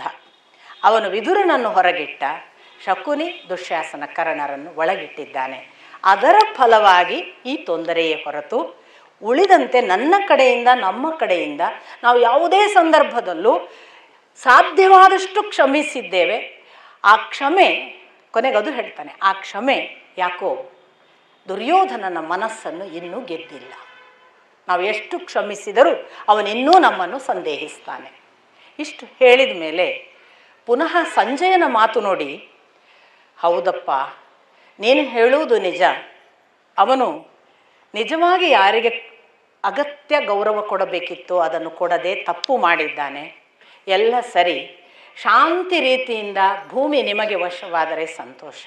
ಒಂದು ವೇಳೆ ವಶವಾಗಲಿಲ್ಲದಿದ್ದರೆ ದಯವಿಟ್ಟು ಅನ್ಯಥಾ ಭಾವಿಸಬಾರದು ಅಂತ ಹೇಳಿ, ಹಾಗೊಂದು ವೇಳೆ ಅವನು ನಿನಗೆ ಭೂಮಿ ಕೊಡುವುದಿಲ್ಲ ಎಂದರೆ ನೀನು ಖಂಡಿತ ಯುದ್ಧಕ್ಕಾಗಿ ಮಾತು ಎತ್ತಬೇಡ. ಅವನು ಕೊಡದಿದ್ದರೂ ನೀನು ಯುದ್ಧ ತ್ಯಾಗ ಮಾಡು. ಅವನು ಕೊಡುವುದಿಲ್ಲ ಎಂದಾಗ ನೀನು ಧರ್ಮದಿಂದ ಈಗಾಗಲೇ ವಾನಪ್ರಸ್ಥ ನಡೆಸಿದ್ದಿ. ಅರಣ್ಯವಾಸ, ತಪಸ್ಸು, ದಯೆ, ದಾನ ನಿನಗೆ ರೂಢಿಯಾಗಿದೆ. ನೀನು ಅದನ್ನೇ ಮುಂದುವರಿಸು. ಯಾವ ಕಾರಣಕ್ಕೂ ಯುದ್ಧ ಮಾಡಿಯಾದರೂ ನಮಗೆ ರಾಜ್ಯ ಬೇಕು ಅನ್ನುವ ಹಠ ಮಾತ್ರ ಹಿಡಿಯಬೇಡ. ಇದು ನನ್ನ ವೈಯಕ್ತಿಕ ಕೋರಿಕೆ. ಧೃತರಾಷ್ಟ್ರನಿಗೆ ಯುದ್ಧದಲ್ಲಿ ಒಂದಿಷ್ಟೂ ಅಪೇಕ್ಷೆ ಇಲ್ಲ. ಅವನು ಬಾರಿ ಬಾರಿಗೆ ಇದನ್ನು ನನ್ನಿಂದ ಹೇಳಿಸಲಿಕ್ಕೆ ನನಗೆ ಆದೇಶ ಕೊಟ್ಟಿದ್ದಾನೆ. ಆದ್ದರಿಂದ ನೀನು ಈ ರಾಜ್ಯ, ಈ ಸಂಪತ್ತು, ಈ ಐಶ್ವರ್ಯ, ನೀನು ಪಣ ಇಟ್ಟಾಗ ಮಾಡಿದ ನಿಯಮ ಎಲ್ಲವನ್ನು ಮರೆತು ಸನ್ಯಾಸಿಯ ಹಾಗೆ ನಿನ್ನ ವನವಾಸವನ್ನು ಮುಂದುವರಿಸು, ತಪಶ್ಚರ್ಯೆಯನ್ನು ಮುಂದುವರಿಸು. ಅದು ನಿನಗೆ ಉಚಿತವೂ ಯೋಗ್ಯವೂ ಆಗಿದೆ. ಸಂಜಯ್ ಅಷ್ಟು ಹೇಳಿದ ಕೂಡಲೇ ಯುಧಿಷ್ಠಿರ ಹೇಳ್ತಾನೆ, ಬಹಳ ಚೆನ್ನಾಗಿದೆ ನಿನ್ನ ಮಾತು. ಅಧರ್ಮಿಗಳಿಗೆ ಈ ಮಾತು ಹೇಳಬೇಕಿತ್ತು ನೀನು ನಿಜವಾಗಿ. ಅದು ಯಾಕೋ ಧರ್ಮದಿಂದ ನಡೆಯುವ ನನಗೆ ಹೇಳುತ್ತಿದ್ದಿ. ಆದರೂ ತೊಂದರೆ ಇಲ್ಲ. ನಾನು ಧರ್ಮದಿಂದ ಸತ್ಯದಿಂದ ನಡೆದಿದ್ದೇನೋ ಇಲ್ಲವೋ ಕಾಲ ಮತ್ತು ಜನ ಪರೀಕ್ಷಿಸಲಿ. ನಿನಗೆ ಒಂದು ವಿಷಯ ಗೊತ್ತಿರಲಿ, ವಿಪತ್ತಿನ ಸಂದರ್ಭಗಳು ಬಂದಾಗ ಧರ್ಮವೂ ಅಧರ್ಮವಾಗುತ್ತದೆ, ಅಧರ್ಮವೇ ಧರ್ಮವಾಗುತ್ತದೆ. ವಿಪತ್ತಿನ ಸಂದರ್ಭವನ್ನು ಯೋಚಿಸಿಕೊಂಡು ಮಾತನಾಡು. ಈಗ ಒಂದು ವಿಪತ್ತಿನ ಸಂದರ್ಭದಲ್ಲಿ ನಾವಿದ್ದೇವೆ, ಹೇಗೆ ಮಾಡಬೇಕು ಹೇಳು. ಎಲ್ಲ ಕೇಳಿ ಅದಾದ ನಂತರ ಅವನು ಪುನಃ ಹೇಳ್ತಾನೆ, ಹೌದು ಅಧರ್ಮ ಇಷ್ಟು ಅವರ ಕಡೆಗಿಲ್ಲ, ನಮ್ಮ ಕಡೆಗಿದೆ, ನಾವೇ ಧರ್ಮದಿಂದ ನಡೆಯಬೇಕು ಅನ್ನುವ ಹಾಗೆ ನೀನು ಹೇಳಿದ್ದಿ. ನಾವು ಈಗಲೂ ನಮ್ಮ ಪ್ರಥಮ ಆಯ್ಕೆ ಶಾಂತಿಪೂರ್ವಕ ಸಮಾಧಾನದಿಂದ ರಾಜ್ಯವನ್ನು ನಮಗೆ ಮರಳಿ ಕೊಡಿ ಎಂಬ ನಿವೇದನೆ. ಒಂದು ವೇಳೆ ಶಾಂತಿಪೂರ್ವಕ ನಮ್ಮ ರಾಜ್ಯವನ್ನು ಮರಳಿ ಕೊಡಿ ಅಂದರೆ ನೀವು ಭಾವಿಸಬಹುದು ನಾವು ದುರ್ಬಲರಿದ್ದೇವೆ ಆದ್ದರಿಂದ ಬೇಡುತ್ತೇವೆ ಅಲ್ವಾ. ಎಷ್ಟು ಸಾರಿ ಶಾಂತಿಯ ಮಾತಾಡುವವರನ್ನು ಹಾಗೆ ಎಣಿಸೋದು, ಅವ್ರು ಭಾಳ ವೀಕ್, ಅದಕ್ಕೆ ಅವ್ರು ಬಂದಿದ್ದಾರೆ ಅಂತ. ನಿಜವಾಗಿ ಸ್ಟ್ರೆಂತ್ ಅದು. ಅದನ್ನು ಮುಂದೆ ಎಲ್ಲ ವಿದುರ ನೀತಿಯಲ್ಲೂ ಕೂಡ ವಿದುರ ಹೇಳ್ತಾನೆ. ಧೃತರಾಷ್ಟ್ರನಿಗೆ ನಾನು ಶಾಂತಿಯಿಂದ ನಿವೇದಿಸಿಕೊಂಡದ್ದು ಕೆಲವೊಮ್ಮೆ ದುರ್ಯೋಧನಾದಿಗಳಿಗೆ ಅದು ನನ್ನ ದೌರ್ಬಲ್ಯ ಅಂತ ಅನ್ನಿಸಬಹುದು. ಆದ್ದರಿಂದ ಇನ್ನೊಂದನ್ನು ಹೇಳು, ಅವರೊಂದು ವೇಳೆ ಯುದ್ಧವನ್ನೇ ಅಪೇಕ್ಷಿಸುವುದಾದರೆ ನಾನು ಯುದ್ಧಕ್ಕೂ ಸಿದ್ಧ, ಆ ಸಾಮರ್ಥ್ಯವೂ ನನ್ನಲ್ಲಿದೆ. ನಮಗೆ ಅರ್ಧ ರಾಜ್ಯ ನಾವೇನು ಇಂದ್ರಪ್ರಸ್ಥದಲ್ಲಿ ಆರಂಭ ಮಾಡಿದ ಭವ್ಯ ಅರಮನೆಯ ಸಹಿತದ ರಾಜ್ಯ ಕೊಡಲಿಕ್ಕಾಗದಿದ್ದರೆ, ನೋಡಿ ಅದನ್ನು ಹೇಳ್ತಾನೆ, ಆ ರಾಜ್ಯವನ್ನು ಕೊಡುವುದಕ್ಕೆ ಮನಸ್ಸಿಲ್ಲದಿದ್ದರೆ ಅದೂ ಬೇಡ. ನಮಗೆ 5 ಅವಿಪ್ಲವ, ವೃಕಪ್ಲವ, ಮಾಕಂದಿ, ವಾರಣಾವತ 4 ಗ್ರಾಮ, ಇನ್ನೊಂದು ಗ್ರಾಮ ಅವರಿಚ್ಛೆಗೆ ಬಿಟ್ಟದ್ದು. 5 ಗ್ರಾಮ ಕೊಡಲಿ, ನಾವು ನಮ್ಮ ಪಾಡಿಗೆ ಬದುಕುತ್ತೇವೆ. ಈ 5 ಗ್ರಾಮಗಳನ್ನು ಕೇಳಿದ್ದೇನೆ ಎಂದು ಹೇಳು. ಈ 5 ಗ್ರಾಮಗಳನ್ನು ನಾನು ಬಹಳ ವಿನಂತಿಪೂರ್ವಕ ಕೇಳಿದಾಗಲೂ ಅವನು ಶಾಂತಿಯ ಸಂಧಾನಕ್ಕೆ ಒಪ್ಪದಿದ್ದರೆ ಅವನಿಗೆ ಹೇಳು, ನಾವು ಪೂರ್ತಿ ಯುದ್ಧಕ್ಕೆ ಸಿದ್ಧರು, ನಮ್ಮ ಜೊತೆಗೆ ಭೀಮನಿದ್ದಾನೆ, ಅರ್ಜುನನಿದ್ದಾನೆ, ಸಾತ್ಯಕಿ ಇದ್ದಾನೆ, ಶ್ರೀಕೃಷ್ಣನಿದ್ದಾನೆ, ಸಕಲ ನಮ್ಮ ಜೊತೆಗಿನ ಅಕ್ಷೋಹಿಣಿ ಸೇನೆಗಳಿವೆ, ನಾವು ಅಷ್ಟರ ಜೊತೆಗೆ ಯುದ್ಧ ಸನ್ನದ್ಧರಾಗಿ ಬರುತ್ತೇವೆ ಎನ್ನುವ ಸಂದೇಶವನ್ನು ಕೊಡು. ಮುಂದಿನ ಮಾತು, ಯುಧಿಷ್ಠಿರ ಮೃದುವಾಗಬೇಕ ಸಂದರ್ಭದಲ್ಲಿ ಮೃದುವಾಗುತ್ತಾನೆ, ಅವನು ಕಠೋರವಾಗಬೇಕಾದ ಸಂದರ್ಭದಲ್ಲಿ ಕಠಿಣವೂ ಆಗುತ್ತಾನೆ. ಈ ಸಂದೇಶವನ್ನು ಅವನಿಗೆ ಹೇಳು. ಇಷ್ಟು ಮಾತ್ರವಲ್ಲ, ನಾನೀಗ ಧರ್ಮಮುಖೇನ ಸನ್ಯಾಸ ತೆಗೆದುಕೊಂಡು ಕಾಡಿಗೆ ಹೋಗಬೇಕು ಅನ್ನುತ್ತೀಯಲ್ಲ, ಯುದ್ಧ ಮಾಡಬಾರದು ಎನ್ನುವುದು ನಿನ್ನ ಅಭಿಪ್ರಾಯ. ಇದು ಧರ್ಮವ ಅಧರ್ಮವ ಅನ್ನುವುದನ್ನು ಈ ಸಭೆಯಲ್ಲಿ ಕುಳಿತ ಎಲ್ಲರಿಗೂ ಶ್ರೇಯಸ್ಕರವಾಗಬೇಕು ಎನ್ನುವುದನ್ನೇ ಹಾರೈಸುವ, ಯಾರ ಪಕ್ಷಪಾತವನ್ನೂ ಮಾಡದ, ನಮಗೆಲ್ಲರಿಗೂ ಒಪ್ಪಿತವಾಗುವ ಶ್ರೀಕೃಷ್ಣ ಹೇಳಲಿ. ಆಗ ಕೃಷ್ಣ ಎದ್ದು ನಿಲ್ತಾನೆ. ಅವನು ಹೇಳ್ತಾನೆ, ಹೌದು, ಯುಧಿಷ್ಠಿರ ಹೇಳಿದ ಮಾತು ಸರಿಯಾಗಿದೆ.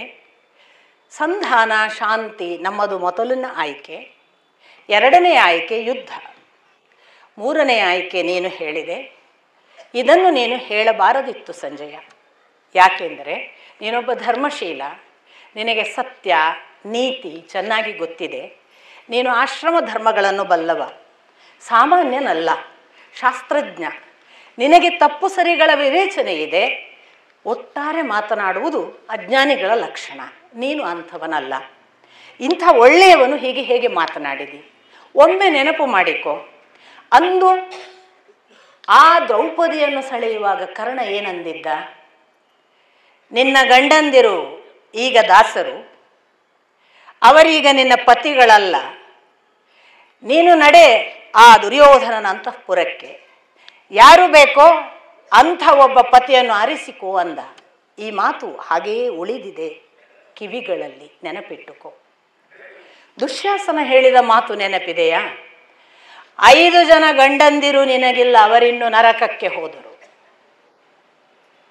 ಶಕುನಿ ಯುಧಿಷ್ಠಿರನಿಗೆ, ನಿನ್ನ ಬತ್ತಳಿಕೆ ಎಲ್ಲ ವಸ್ತುಗಳೂ ಮುಗಿದವು, ಈಗ ದ್ರೌಪದಿ ಉಳಿದಿದ್ದಾಳಲ್ಲ, ಪಣಕ್ಕಿಡು ಅಂದಿದ್ದು ಮರೆತೆಯ?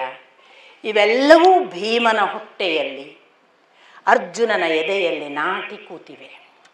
ಅವರಿಗೇನು ಸಮಾಧಾನ ಹೇಳುತ್ತಿ? ಇಷ್ಟೆಲ್ಲ ಇದ್ದಾಗಲೂ ಈಗಲೂ ಯುಧಿಷ್ಠಿರ ಕ್ಷಮೆಯ ಮಾತು ಮತ್ತು ಶಾಂತಿಯ ಮಾತು ಆಡುತ್ತಾನೆ. ನೀನು ಯುದ್ಧದ ಮಾತನ್ನು ಆಡುವುದು ಬೇಡ ಎನ್ನುತ್ತಿ, ಅದು ಯುಧಿಷ್ಠಿರನಿಗೆ ಇಷ್ಟವಿರುವ ವಿಷಯವಲ್ಲ. ಆದರೆ ನೀವು ಯುದ್ಧವೇ ಶಾಂತಿ ಸಂಧಾನ ಇಲ್ಲ ಅಂದರೆ ಅವನು ಅದಕ್ಕೆ ಸಿದ್ಧ ಎಂದಿದ್ದಾನೆ ಅಂತೆಲ್ಲ ಹೇಳಿ ಆಶ್ರಮ ಧರ್ಮಗಳನ್ನು ಹೇಳ್ತಾನೆ. ಕ್ಷತ್ರಿಯ ಧರ್ಮ ಏನು? ಒಂದು ನಿಜವಾದ ಸಂಕಷ್ಟ ಬಂದಾಗ ಯುದ್ಧ ಮಾಡುವುದು ಧರ್ಮವ? ಸಂಕಷ್ಟ ಇದ್ದಾಗ ಯುದ್ಧ ಮಾಡದೆ ಓಡಿ ಹೋಗುವುದು ಶಾಂತಿಯ? ನೀನೇ ವಿವೇಚನೆ ಮಾಡು ಸಂಜಯ. ಹಾಗಾಗಿ ಯುದ್ಧ ಅನಿವಾರ್ಯವಾದರೆ ಯುಧಿಷ್ಠಿರ ತಾನು ಯುದ್ಧಕ್ಕೆ ಸಿದ್ಧನೆಂದಿದ್ದಾನೇ ಹೊರತು ಯುದ್ಧ ಅನಿವಾರ್ಯವಲ್ಲ, ನಾನು ಯುದ್ಧವೇ ಮಾಡುತ್ತೇನೆ ಅನ್ನುವ ಮಾತುಗಳನ್ನೇನೂ ಆಡಿಲ್ಲ. ಇಷ್ಟು ಹೇಳಿ ಕನ್ಕ್ಲೂಡ್ ಮಾಡುವಾಗ ಧೃತರಾಷ್ಟ್ರನಿಗೆ 2 ಆಯ್ಕೆಗಳು ಮಾತ್ರ ಎಂಬುದನ್ನು ಸ್ಪಷ್ಟಪಡಿಸು ಅಂದರೆ ಸಂಜೆಯ ಮೂರನೇದೊಂದು ಆಯ್ಕೆ ಕೊಟ್ಟಿದ್ದಲ್ಲ, ನೀನು ಹೋಗು, ಕಾಡಿಗೆ ಹೋಗು, ನೀವೆಲ್ಲ ಯಾರೂ ಮತ್ತೆ ವಾಪಸ್ ಬರಬೇಡಿ, ಅದು ಇಲ್ಲ ಅಂತ ಕೃಷ್ಣ ಸ್ಪಷ್ಟ ಸೂಚಿಸಿ ಎರಡೇ ಆಯ್ಕೆ ಎಂದು ಹೇಳು. ಒಂದು, ಅವರಿಗೆ ಶಾಂತಿಪೂರ್ವಕವಾಗಿ ರಾಜ್ಯವನ್ನು ಮರಳಿಸಲಿ, ಇಲ್ಲವೇ ಯುದ್ಧವಾಗಲಿ. ಈ ಎರಡರಲ್ಲಿ ಯಾವುದು ಆಯ್ಕೆ ಎಂಬುದನ್ನು ಧೃತರಾಷ್ಟ್ರನ ಬಳಿ ಕೇಳು ಅಂತ. ಇಷ್ಟು ಹೇಳಿದ ಮೇಲೆ ಸಂಜೆಯ ಕ್ಷಮೆ ಕೇಳ್ತಾನೆ. ನಾನು ಸ್ವಲ್ಪ ಹೇಳಿದ್ದು ಮಾತಾಡಿದ್ದೇನಾದರೂ ನಿಮಗೆ ನೋವಾಗಿದ್ದರೆ ಕ್ಷಮೆ ಇರಲಿ ಅಂತೆಲ್ಲ ಹೇಳಿ, ಪುನಃ ಯುಧಿಷ್ಠಿರ ಈಗಲೂ ಕಾಲ ಮಿಂಚಿಲ್ಲ ಅಂತ ಹೇಳಿ ಪ್ರತಿಯೊಬ್ಬರಿಗೂ ಭೀಷ್ಮ, ವಿದುರ, ದ್ರೋಣ, ಕರ್ಣ, ದುಶ್ಯಾಸನ, ಶಕುನಿ ಮತ್ತು ಅಲ್ಲಿರುವ ಧೃತರಾಷ್ಟ್ರ, ದೂತರು, ಸೇವಕರು, ಅಷ್ಟು ಮಾತ್ರ ಅಲ್ಲ, ಅಲ್ಲಿರುವ ಎಲ್ಲ ಸ್ತ್ರೀಯರು, ಗಾಂಧಾರಿಯನ್ನು ಮೊದಲು ಮಾಡಿ ಎಲ್ಲ ಸೊಸೆಯಂದಿರು, ಆಮೇಲೆ ಮಕ್ಕಳಿದ್ದರೆ ಆ ಮಕ್ಕಳು, ಪ್ರತಿಯೊಬ್ಬರಿಗೂ ಅಂದರೆ ನೀವು ಪುಸ್ತಕದಲ್ಲಿ ನೋಡಿದರೆ ಇಂಡಿವಿಜುವಲ್ ಆಗಿ ಅವರನ್ನೆಲ್ಲ ಗೌರವಿಸಿ ಅವರವರಿಗೆ ಒಂದೊಂದು ವಿಶೇಷಣಗಳನ್ನೆಲ್ಲ ಕೊಟ್ಟು ಅವರಿಗೆ ತನ್ನ ಗೌರವಪೂರ್ಣ ನಮಸ್ಕಾರಗಳನ್ನೆಲ್ಲ ತಿಳಿಸಿ ಆ ಬಳಿಕ ನೀನು ಹೋಗಿ ಬಾ, ನಮ್ಮ ಮಾತನ್ನು ಅವರಿಗೆ ನಿವೇದಿಸಿಕೊ, ನಮಗೇನು ಯುದ್ಧ ನಮ್ಮ ಪ್ರಥಮ ಆಯ್ಕೆ ಅಲ್ಲವೇ ಅಲ್ಲ, ಆದರೆ ಶಾಂತಿಯಿಂದ ನಡೆಯದೇ ಇದ್ದರೆ ಯುದ್ಧ ಅನಿವಾರ್ಯ, ಕಳಿಸ್ತಾರೆ. ಸೊ ಹೀಗೆ ಸಂಜಯ್ ಬರ್ತಾನೆ. ಸಂಜಯ್ ಬಂದು ಮತ್ತು ಇವನ ಹತ್ರ ಬಂದು ಧೃತರಾಷ್ಟ್ರನ ಹತ್ರ ರಾತ್ರಿ ಇನ್ನು ನಿದ್ದೆಗೆ ಹೊರಡುವ ಹೊತ್ತಿಗೆ ಅಂತಃಪುರಕ್ಕೆ ಹೋಗ್ತಾನೆ ತಡ್ಕೊಳ್ಳಿಕ್ಕಾಗದೆ. ದೂತರನ್ನು ಕೇಳ್ತಾನೆ, ಅವನಿಗೆ ಕೇಳು, ಅವನೇ ನಾನು ನಿದ್ದೆ ಮಾಡಿದಾನ, ಬರ್ಬೋದಾ ಕೇಳು ಅಂತ. ಆಗ ಸಂಜಯ ಒಳಗೆ ಹಾಗೆ ಕೇಳಿದ್ದಕ್ಕೆ ಈ ಧೃತರಾಷ್ಟ್ರ ಹೇಳ್ತಾನೆ, ನಾನು ಎಲ್ಲಿ ನಿದ್ದೆ ಮಾಡಿದ್ದೀನಿ, ನನಗೆ ಸಂಕಟದಲ್ಲಿ ನಿದ್ದೆನೇ ಬರಲ್ಲ, ಅವನಿಗೆ ನಿದ್ದೆ ಬಂದರೂ ನನಗೆ ಅವನು ಮೊದಲು ನನ್ನ ಆಯ್ಕೆ, ಅವನನ್ನು ಕರಿ ಅಂತ. ಹೀಗೆ ಸಂಜಯ್ ಒಳಗೆ ಬಂದು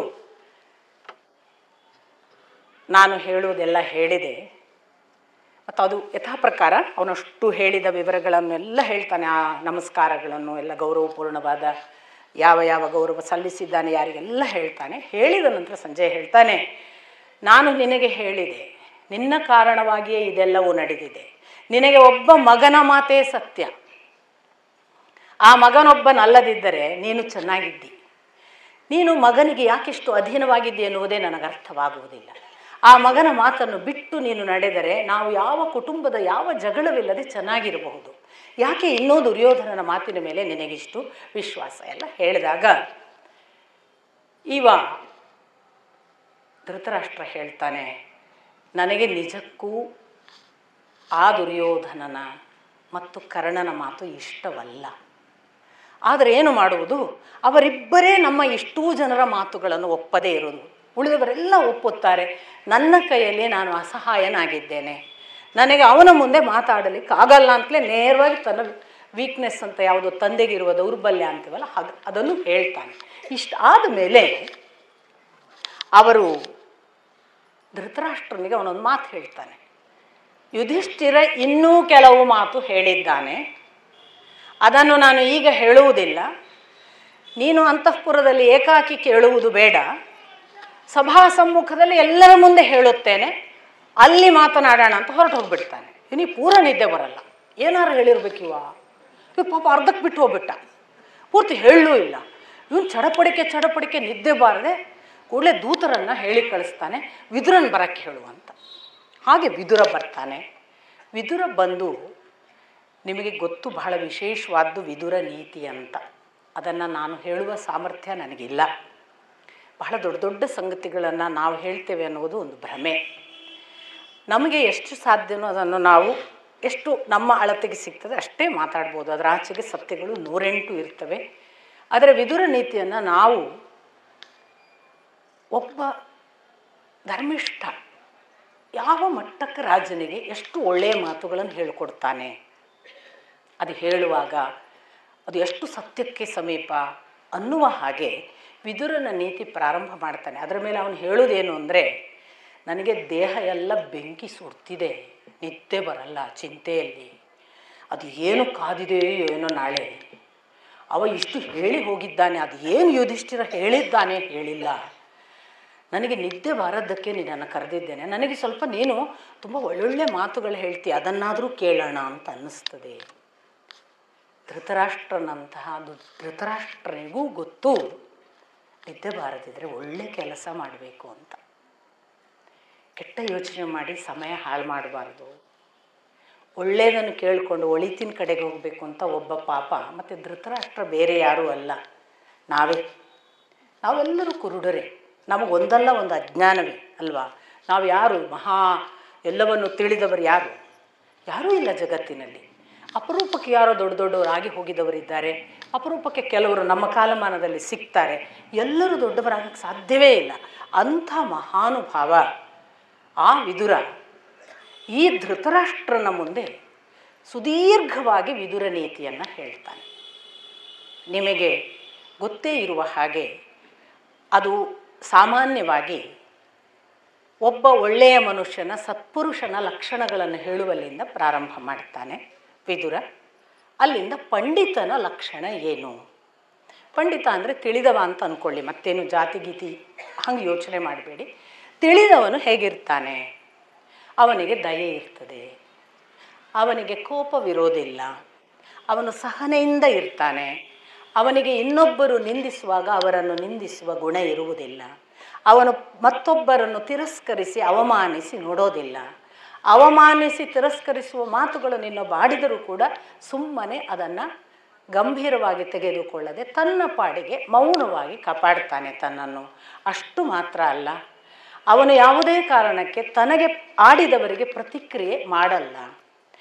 ಅವರು ಕೋಪಿಷ್ಠರಾದರೆ ಇವನು ಕೋಪವನ್ನು ವ್ಯಕ್ತಪಡಿಸೋದಿಲ್ಲ. ಅವರು ಒಂದು ವೇಳೆ ಇವನ ಮೇಲೆ ದಾಳಿ ಮಾಡಲಿಕ್ಕೆ ಬಂದರೆ ಇವನು ದಾಳಿ ಮಾಡುವುದಿಲ್ಲ.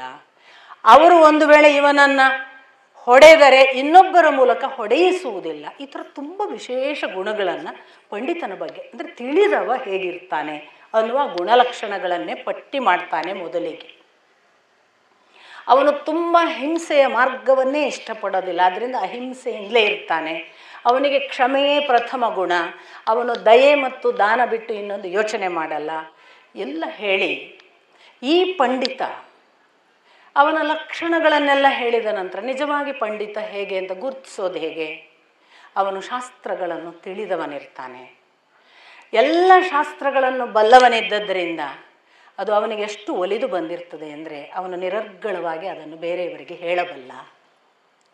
ಅಷ್ಟು ಮಾತ್ರವಲ್ಲ, ತನಗೆ ಸಂದರ್ಭ ಬಂದಾಗ ಆ ಕ್ಷಣಕ್ಕೆ ಒಂದು ಒಳ್ಳೆಯ ಕಥೆಯ ಮೂಲಕ ಅದನ್ನು ಅರ್ಥ ಮಾಡಿಸಬಲ್ಲ. ಬೇರೆ ಬೇರೆ ರೀತಿಯ ವಿಚಾರಗಳನ್ನು ಉಂಟು ಮಾಡುವ, ಅರ್ಥಗಳನ್ನು ಉಂಟು ಮಾಡುವ ಮಾತುಗಳನ್ನು ಒಂದೊಂದು ವಾಕ್ಯದಲ್ಲಿ ಹೇಳಿ ಮುಗಿಸುತ್ತಾನೆ. ಅಂಥವನು ನಿಜವಾಗಿ ಪಂಡಿತ ಅಂತ ಪಂಡಿತನ ಗುಣಲಕ್ಷಣ ಹೇಳ್ತಾನೆ. ಮೂರ್ಖ ಯಾರು ಅಂತ ನೆಕ್ಸ್ಟ್ ಮೂರ್ಖನ ಪಟ್ಟಿ ಮಾಡ್ತಾನೆ. ಯಾವ ಹೇಳಿದ ಮಾತುಗಳು ಅರ್ಥವಾಗದಿದ್ದರೂ ಅರ್ಥವಾಗಿದೆ ಎಂದು ಭಾವಿಸುವವ, ಅಸಹನೆಯೇ ಅವನ ಅಸ್ತ್ರ, ಕೋಪವೇ ಅವನ ದೊಡ್ಡ ಸಾಧನ. ಆ ಬಳಿಕ ನಾಶಕ್ಕೆ, ಹಿಂಸೆಗೆ, ದಯೆಯಿಲ್ಲದ ಜಾತಿ ಸರ್ವ ಪ್ರಾಣಿಗಳಲ್ಲೂ ಕೂಡ ದಯೆಯಿಲ್ಲದ ಕ್ರೌರ್ಯಕ್ಕೆ ಹಿಂದೆ ಮುಂದೆ ನೋಡುವವನಲ್ಲ.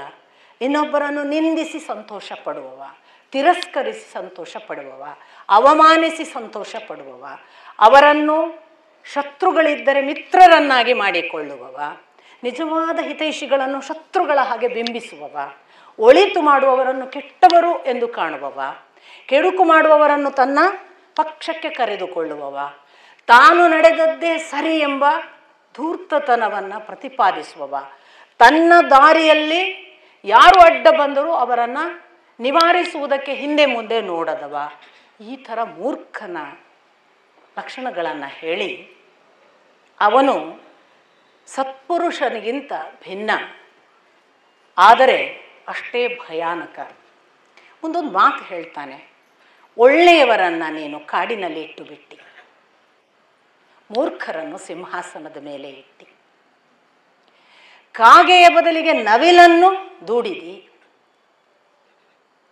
ಈ ಥರದ ಒಂದು ಉಪಮೆಗಳ ಮೂಲಕ ನಿನ್ನ ಆಯ್ಕೆ ಸರಿಯಲ್ಲ ಅಂತ ಒಂದು ಸಣ್ಣ ಮಧ್ಯದಲ್ಲಿ ಅವನನ್ನು ಕೆಣಕಿ ಪುನಃ ಯಾರು ಈಗ ಸತ್ಪುರುಷನದೆಲ್ಲ ಲಕ್ಷಣ ಹೇಳಿದ ಹಾಗೆ ಬೇರೆ ಬೇರೆ ಸಾಧ್ಯತೆಗಳನ್ನು ಹೇಳಿ ಹೇಗೆ ಒಬ್ಬ ಮನುಷ್ಯ ಮುಂದಕ್ಕೆ ಹೋಗಬೇಕು,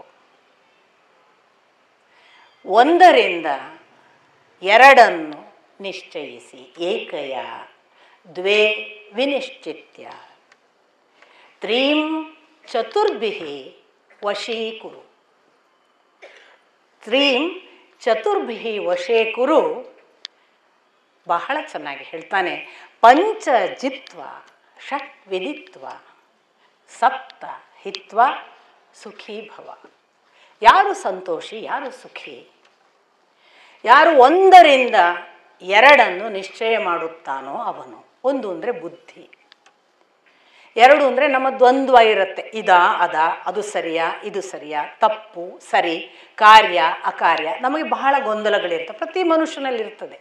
ರಾಮಕೃಷ್ಣ ಪರಮಹಂಸರೇ ಹೇಳ್ತಾರೆ, ಎಷ್ಟೋ ಬಾರಿ ನನಗೆ ತುಂಬ ನಿರ್ಣಯ ಮಾಡಲಿಕ್ಕಾಗದ ಗೊಂದಲ ಬಂದರೆ ನಾನು ಹೋಗಿ ತಾಯಿಯ ಮುಂದೆ ಚೀಟಿ ಹಾಕ್ತಿದ್ದೆ ಅಂತ. ಏನು ಮಾಡಬೇಕು ಅಂತ ಅವಳನ್ನು ಕೇಳಲಿಕ್ಕೆ 2 ಚೀಟಿಯನ್ನು ಹಾಕಿ ಯಾವ ಚೀಟಿ ಬಂತು ಅದನ್ನು ಮಾಡ್ತಿದ್ದೆ. ಇದು ದೇವರ ಜೊತೆಗೆ ಅನಿವಾರ್ಯವಾಗಿ ನಾವು ಮಾಡಬೇಕಾದ ಒಂದು ಸಾಧನಾ ಪಥದ ಅನಿವಾರ್ಯ ಅವಸ್ಥೆ. ನಮಗೆ ಎಷ್ಟೋ ಕಷ್ಟಗಳು ಬರ್ತವೆ, ಒಂದೇ ಥರದ್ದಲ್ಲ, ಅದನ್ನೆಲ್ಲ ನೋಡ್ಕೋತಾ ಹೋಗಬೇಕಾಗತ್ತೆ. ಆ ಪಥವೇ ಹಾಗೆ. ಅದನ್ನು ಅವನು ಹೇಳ್ತಾನೆ, ಯಾರು ಒಂದು ಬುದ್ಧಿಯನ್ನು, ಏಕಬುದ್ಧಿಯನ್ನು ಉಪಯೋಗ ಮಾಡಿ ದ್ವಂದ್ವಗಳನ್ನು, ಕಾರ್ಯಕಾರ್ಯಗಳನ್ನು ನಿಶ್ಚಯಿಸಿ ಯಾವುದು ಮಾಡಬೇಕು ಯಾವುದು ಮಾಡಬಾರ್ದು ಅಂತ ತೀರ್ಮಾನ ಮಾಡಿ, ತ್ರೀಂ ಚತುರ್ಭಿಹಿ. ತ್ರೀಂ ಅಂದರೆ ಸಾಮಾನ್ಯವಾಗಿ ತ್ರಿಗುಣಗಳು. ತ್ರಿಗುಣಗಳು ನಮ್ಮನ್ನು ಆಳ್ತಿರ್ತವೆ, ಸಾತ್ವಿಕ ರಾಜಸ ತಾಮಸ. ಇದನ್ನು ಚತುರ್ಭಿಹಿ, ಸಾಮ ದಾನ ದಂಡ ಭೇದ ಅಂತ 4. ಈ 4ರ ಮೂಲಕ ನಮ್ಮ ಕಂಟ್ರೋಲ್ ಮಾಡಬೇಕು ನಾವು ನಮ್ಮ ತ್ರಿಗುಣಗಳನ್ನು, ಸುಮ್ಮನೆ ಅಲ್ಲ ಅಂತ. ಒಂದು ಸಾಮದಾನ, ಸಾಮದಿಂದ, ಇನ್ನೊಂದು ದಾನದಿಂದ, ಇನ್ನೊಂದು ದಂಡ ಭೇದ, ಎಲ್ಲ ಭೇದೋಪಾಯಗಳಿಂದ ನೋಡಬೇಕು, ದಾನದ ಉಪಾಯದಿಂದ ನೋಡಬೇಕು, ಸಾಮದ ಉಪಾಯದಿಂದ ನೋಡಬೇಕು. ಆಗಲೂ ಆಗಲಿಲ್ಲ ಅಂದರೆ ಕೊನೆಗೆ ದಂಡ, ನಮ್ಮನ್ನು ನಾವು ಶಿಕ್ಷಿಸಿಕೊಳ್ಬೇಕು. ನಾನು ಯಾಕೆ ದಾಟಕ್ಕಾಗಲ್ಲ, ನನಗೆ ಯಾಕೆ ಬರುತ್ತೆ ಕೋಪ, ನನಗೆ ಯಾಕೆ ಸಾತ್ವಿಕತೆ ಇಲ್ಲ, ನಾನು ಇಷ್ಟು ದಿನ ಈ ತಾಮಸದಲ್ಲಿರೋದು, ಯಾಕೆ ಹೋರಾಟ ಮಾಡಿಕೊಂಡು ಗಲಾಟೆ ಮಾಡ್ಕೊಂಡಿರಬೇಕು ಅಂತ ನಮಗೆ ಹೇಳೋದಿದೆಯಲ್ಲ, ಅದು ತ್ರೀಂ ಗುಣ ಇದೆಯಲ್ಲ, ಅದನ್ನು ಚತುರ್ಭಿಹಿ, ಅದರಿಂದ ದಾಟಿ ವಶೇ ಕುರು, ವಶ ಮಾಡಿಕೊ. ಆಮೇಲೆ ಹೇಳ್ತಾನೆ, ಪಂಚಜಿತ್ವ ಷಟ್ ವಿದಿತ್ವ. 5 ನೀನು ದಾಟಿದಿ ಅಂತಾದರೆ ನಿನಗೆ 6 ತಿಳಿಯುತ್ತದೆ. ಅರಿಷಡ್ವೈರಿಗಳು, ಪಂಚೇಂದ್ರಿಯಗಳನ್ನು ನೀನು ದಾಟಿದರೆ ನಿನಗೆ ಯಾವುದು ನಮ್ಮನ್ನು, ವೈರಿ ಯಾವುದು, ಷಡ್ವೈರಿಗಳು, ಅರಿಷಡ್ವೈರಿಗಳು ಯಾವುದು ತಿಳಿಯುತ್ತದೆ. ಹಾಗಾಗಿ ನೀನು ಅದನ್ನು ತಿಳಿಯುತ್ತೆ. ಆಗ ಸಪ್ತ, ಅದನ್ನು ಹಿತ್ವ, 7 ಬಿಡು. 7 ನಮ್ಮ ದುಷ್ಟಗುಣಗಳನ್ನು ಪಟ್ಟಿ ಮಾಡ್ತಾನೆ. ರಾಜನ ದುಷ್ಟಗುಣ ಅಂತಲೇ ಅದಕ್ಕೆ ಹೆಚ್ಚು ಪ್ರಾಮುಖ್ಯ ಕೊಡ್ತಾರೆ. ಯಾವುದು? ಬೇಟೆಯಿಂದ ಮಜಾ ತಗೊಳ್ಳೋದು, ಮದ್ಯಪಾನದಿಂದ ಮಜಾ ತಗೊಳ್ಳೋದು, ಸ್ತ್ರೀ ಸುಖದಿಂದ ಮಜಾ ತಗೊಳ್ಳೋದು, ಜೂಜಿನಿಂದ ಮಜಾ ತಗೊಳ್ಳೋದು, ಬೇರೆಯವರ ವಸ್ತುಗಳನ್ನು ಅಪಹರಿಸುವ ಅಪಹರಣದಿಂದ, ಅಥವಾ ಸುಳ್ಳು ಹೇಳಿ ಧನಾರ್ಜನೆ, ಈ ಥರ 7 ಹೇಳ್ತಾನೆ. ಇದು ಯಾವುದೂ ಕೂಡ ರಾಜನಿಗೆ ಒಳಿತಲ್ಲ ಅಂತ. ಈ 7 ಅಲ್ಲದೆ ಮುಂದೆ ಹೇಳ್ತಾನೆ, ನಾವು ಸದಾ ಜೀವನದಲ್ಲಿ ಪಂಚ ಅಗ್ನಿಯಲ್ಲಿ ಇರಬೇಕು ಅಂತ. ಜೀವನದಲ್ಲಿ ಪಂಚ ಅಗ್ನಿ ಇಲ್ಲದವನು ಎಂದೂ ಏಳಿಗೆ ಕಾಣೋದಿಲ್ಲ. ಯಾವುದು ಪಂಚ ಅಗ್ನಿ? ನಾವು ಪಂಚ ಅಗ್ನಿಗಳಲ್ಲಿ ತಪಸ್ಸು ಮಾಡ್ತಾರೆ ಅಂತ ಹಿಂದೆಲ್ಲ ಬಂತು. 4 ಸುತ್ತ ಪಂಚ ಅಗ್ನಿ ಇಡ್ತಿದ್ರು, ಮೇಲೆ ಸೂರ್ಯ, ನಡುವು ನಿಲ್ತಿದ್ರು ಅಂತ ಹೇಳಿದೆ ನಾನು. ಪಂಚ ಅಗ್ನಿಯ ಕಾವಿನಲ್ಲಿ ತಪಸ್ಸು ಮಾಡ್ತಿದ್ರು ತಪಸ್ವಿಗಳು. ಇಲ್ಲಿ ನಮಗೆ ಯಾವುದು ಪಂಚ ಅಗ್ನಿ? ಒಂದು ಅಗ್ನಿಯೇ. ನಾವು ನಿತ್ಯ ಅಗ್ನಿಯನ್ನು ಪೂಜಿಸಬೇಕು ಅಂತ. ಪ್ರತಿಯೊಬ್ಬನು ದೀಪ ಹಚ್ಚುವಾಗ, ಒಂದು ಊಟಕ್ಕೆ ಅನ್ನಕ್ಕೆ ಬೆಂಕಿ ಇಡುವಾಗ ಖಂಡಿತ ಅದು ಅಗ್ನಿಯ ಪೂಜೆ ಮಾಡಬೇಕು. ಮಾಡಲ್ಲ ನಾವು, ಅದು ಬೇರೆ ವಿಷಯ. ಅಗ್ನಿ ಅಂದರೆ ನಮಗೆ ಲೈಟರಲ್ಲಿ ಸಿಗ್ತದೆ ಅಂತ ಒಂದು ತಿಳುವಳಿಕೆ ಇದೆ. ಹಾಗೆ ಇರಲಿ, ತೊಂದರೆಯೂ ಇಲ್ಲ. ಯಾಕಂದರೆ ಲೈಟರ್ ಇಲ್ಲದ ಒಂದು ದಿನ ಬರುತ್ತೆ ಅನ್ನೋದು ಗೊತ್ತಾಗುತ್ತಲ್ಲ, ಆವಾಗ ಗೊತ್ತಾಗಬಹುದು ಅಗ್ನಿ ಹೇಗಪ್ಪ ಅಂತ. ಇವತ್ತು ಅಮೇರಿಕಾದಂಥ ದೇಶಗಳಲ್ಲಿ, ಇವನ್ ಆಸ್ಟ್ರೇಲಿಯಾದಲ್ಲಿ ನಾನಿದ್ದಾಗ ಒಂದು ಸಂದರ್ಭದಲ್ಲಿ ಇದ್ದಕ್ಕಿದ್ದ ಹಾಗೆ ಬಹಳ ದೊಡ್ಡ ಅನಾಹುತ ಆಯಿತು ಅವರ ಒಂದು ಭಾಗಕ್ಕೆ. ಅವ್ರ ಮನೆಗಳಲ್ಲೆಲ್ಲ ಹೇಗೆ ಅಂದರೆ, ಬಟನ್ ಬಿಡಿದ್ರೆ ಬಿಸಿನೀರು ಬರುತ್ತೆ. ಅದು ಆಲ್ ಓವರ್, ಅಂದರೆ ಅವರ ಮನೆಯಲ್ಲಿ ಅವರ ಮನೆಯ ವ್ಯವಸ್ಥೆ ಅಲ್ಲ, ಅದು ಸೆಂಟ್ರಲೈಸ್ಡ್, ಗವರ್ಮೆಂಟ್ ಸೆಂಟ್ರಲೈಸ್ಡ್ ವ್ಯವಸ್ಥೆ. ಅವರು ಎಲ್ಲಿ ನಳ ತಿರುಗಿಸಿದ್ರೆ ಬೇಕಾದಲ್ಲಿ ಬಿಸಿನೀರು, ಬೇಕಾದಲ್ಲಿ ತಣ್ಣೀರು ಬರುತ್ತೆ. ಎಲ್ಲಿ ಬೇಕೋ ಅಲ್ಲಿ ಅವರಿಗೆ ಯಾವ ಜನರೇಟರ್ ಇಲ್ಲದೇ ಕರೆಂಟ್ ಹೋಗೋದು ಬರೋದು ಯಾವುದು ಗೊತ್ತಾಗದ ಹಾಗೆ ಸೆಂಟ್ರಲೈಸ್ಡ್ ವ್ಯವಸ್ಥೆ. ಇವರ ವೈಯಕ್ತಿಕ ಮನೆಗಳಲ್ಲಿಲ್ಲ. ಈ ಸೆಂಟ್ರಲೈಸ್ಡ್ ವ್ಯವಸ್ಥೆ ಏನಾಗುತ್ತೆ, ಅಲ್ಲೊಂದು ಪ್ರಾಬ್ಲಮ್ ಅಂದರೆ ಇಡೀ ಎಲ್ಲ ಕಡೆ ಕತ್ತಲು, ಬಿಸಿನೀರಿಲ್ಲ. ಇವ್ರಿಗೆ ಬಿಸಿನೀರು ಮಾಡಲಿಕ್ಕೆ ಒಂದು ಆಪ್ಷನ್ ಇಲ್ಲ ಆಗ. ಸೊ ನಾವೆಷ್ಟು ಸುಖಿಗಳು ಅಂತ. ಇದು ಗೊತ್ತಿಲ್ಲದೆ ನಾವು ವಿದೇಶ ಅಂತ ಹಾರ್ತೀವಿ. ಅನೇಕ ಆಪತ್ತುಗಳಲ್ಲಿ ವಿದೇಶ ಪ್ರಯಾಣವು ಒಂದು. ವಿದುರ ಹೇಳ್ತಾನೆ, ಅದು ನನಗೆ ಅಮೆರಿಕಕ್ಕೆ ಹೋಗೋ ಪಕ್ಕಾ ಗೊತ್ತಾಗಿದೆ. 24 ತಾಸು ಅದು ಹೋಗೋದಕ್ಕೆ ಮೊದಲು ಅವ್ರು ಕೇಳುವ ಡಾಕ್ಯುಮೆಂಟ್ಸು, ಅದಕ್ಕೆ ಬೇಕಾಗಿ ಎಷ್ಟೆಷ್ಟೋ ಪ್ಯಾಕ್ ಮಾಡುವಾಗ ತಯಾರಿ, ಅಬ್ಬಬ್ಬ ಯಾವ ದೇಶಕ್ಕೂ ಹೋಗಬಾರ್ದು.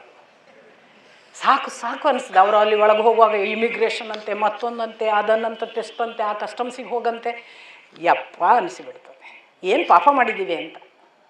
ಏನೂ ಮಾಡದೆ ಆರಾಮ್ ಹೋಗುವ ಸೌಕರ್ಯವೇ ಇಲ್ವಾ ಅನ್ನೋ ಹಾಗಾಗತ್ತೆ. ಹಾಗೆ ಈ ಅಗ್ನಿಯನ್ನು ಪಂಚಾಗ್ನಿ ಅಂತ ಹೇಳುವಾಗ ವಿದುರ ಹೇಳ್ತಾನೆ, ತಂದೆ, ತಾಯಿ, ಗುರು, ನಿನ್ನ ಆತ್ಮ ಮತ್ತು ಅಗ್ನಿ, ಈ 5ರ ಜೊತೆಗಿರು, ಸುಖವಾಗಿರ್ತಿ. ಈ 5ನ್ನು ಯಾವತ್ತು ಬಿಟ್ಟು ನೀನು ಸುಖ ಕಳ್ಕೊಳ್ತಿ. ಶ್ರದ್ಧೆ ಬಿಡಬೇಡ, ದಾನ ಬಿಡಬೇಡ. ಶ್ರದ್ಧೆ ಇದ್ದಲ್ಲಿ ಫಲ, ದಾನ ಇದ್ದಲ್ಲಿ ಸುಖ. ಅಶ್ರದ್ಧೆ ಇದ್ದಲ್ಲಿ ಭಯ, ದಾನವಿಲ್ಲದೆ ಇದ್ದಲ್ಲಿ ಯಾವತ್ತೂ ಕೂಡ ಫಲವಿಲ್ಲ. ಆಮೇಲೆ ಪಕ್ಕಾ ಫಲ ಕೊಡುವವುಗಳು ಯಾವುದು ಅಂತ ಕೇಳ್ತಾನೆ ಧೃತರಾಷ್ಟ್ರ, ಅಥವಾ ಬೇರೆ ಬೇರೆ ಸಂದರ್ಭಗಳನ್ನು ಉದಾಹರಿಸಿಕೊಂಡು ವಿದುರ ಹೇಳ್ತಾನೆ. ದೈವ ಸಂಕಲ್ಪ ತಕ್ಷಣ ಫಲ, ವಿಶೇಷವಾದ ಮಹಾತ್ಮರ ಅನುಗ್ರಹ ತಕ್ಷಣ ಫಲ, ವಿದ್ಯಾವಿನಯ ತಕ್ಷಣ ಫಲ, ಪರಿಪೂರ್ಣವಾದ ಶ್ರಮ ತಕ್ಷಣ ಫಲ, ಇದೆಲ್ಲ ಹೇಳ್ತಾನೆ. ಹೀಗೆ ಹೇಳ್ತಾ ಬಂದಾಗ ಜಗತ್ತಿನಲ್ಲಿ ಇರುವುದು ವಿದುರನ ಪ್ರಕಾರ 6 ರೀತಿ, 7ನೇಯವರಿಲ್ಲ. ಯಾರು 6 ರೀತಿಯವರು? ಅವನು ಹೇಳ್ತಾನೆ, ಎಚ್ಚರ ತಪ್ಪಿದವರನ್ನೇ ನಂಬಿ ಬದುಕುವ ಕಳ್ಳರು 1ನೇದು. ರೋಗಿಯನ್ನೇ ನಂಬಿ ಬದುಕುವ ವೈದ್ಯರು 2ನೇದು. ಒಂಥರ ಅವನು ಲೆಕ್ಕ ಮಾಡುವಾಗ ಹೇಗೆ ಮಾಡ್ತಾನೆ ಅಂತ ಅನಿಸುತ್ತೆ ನೋಡಿ. ಕಾಮುಕತನವನ್ನೇ ನಂಬಿ ಬದುಕುವ ಕಾಮಿಗಳು.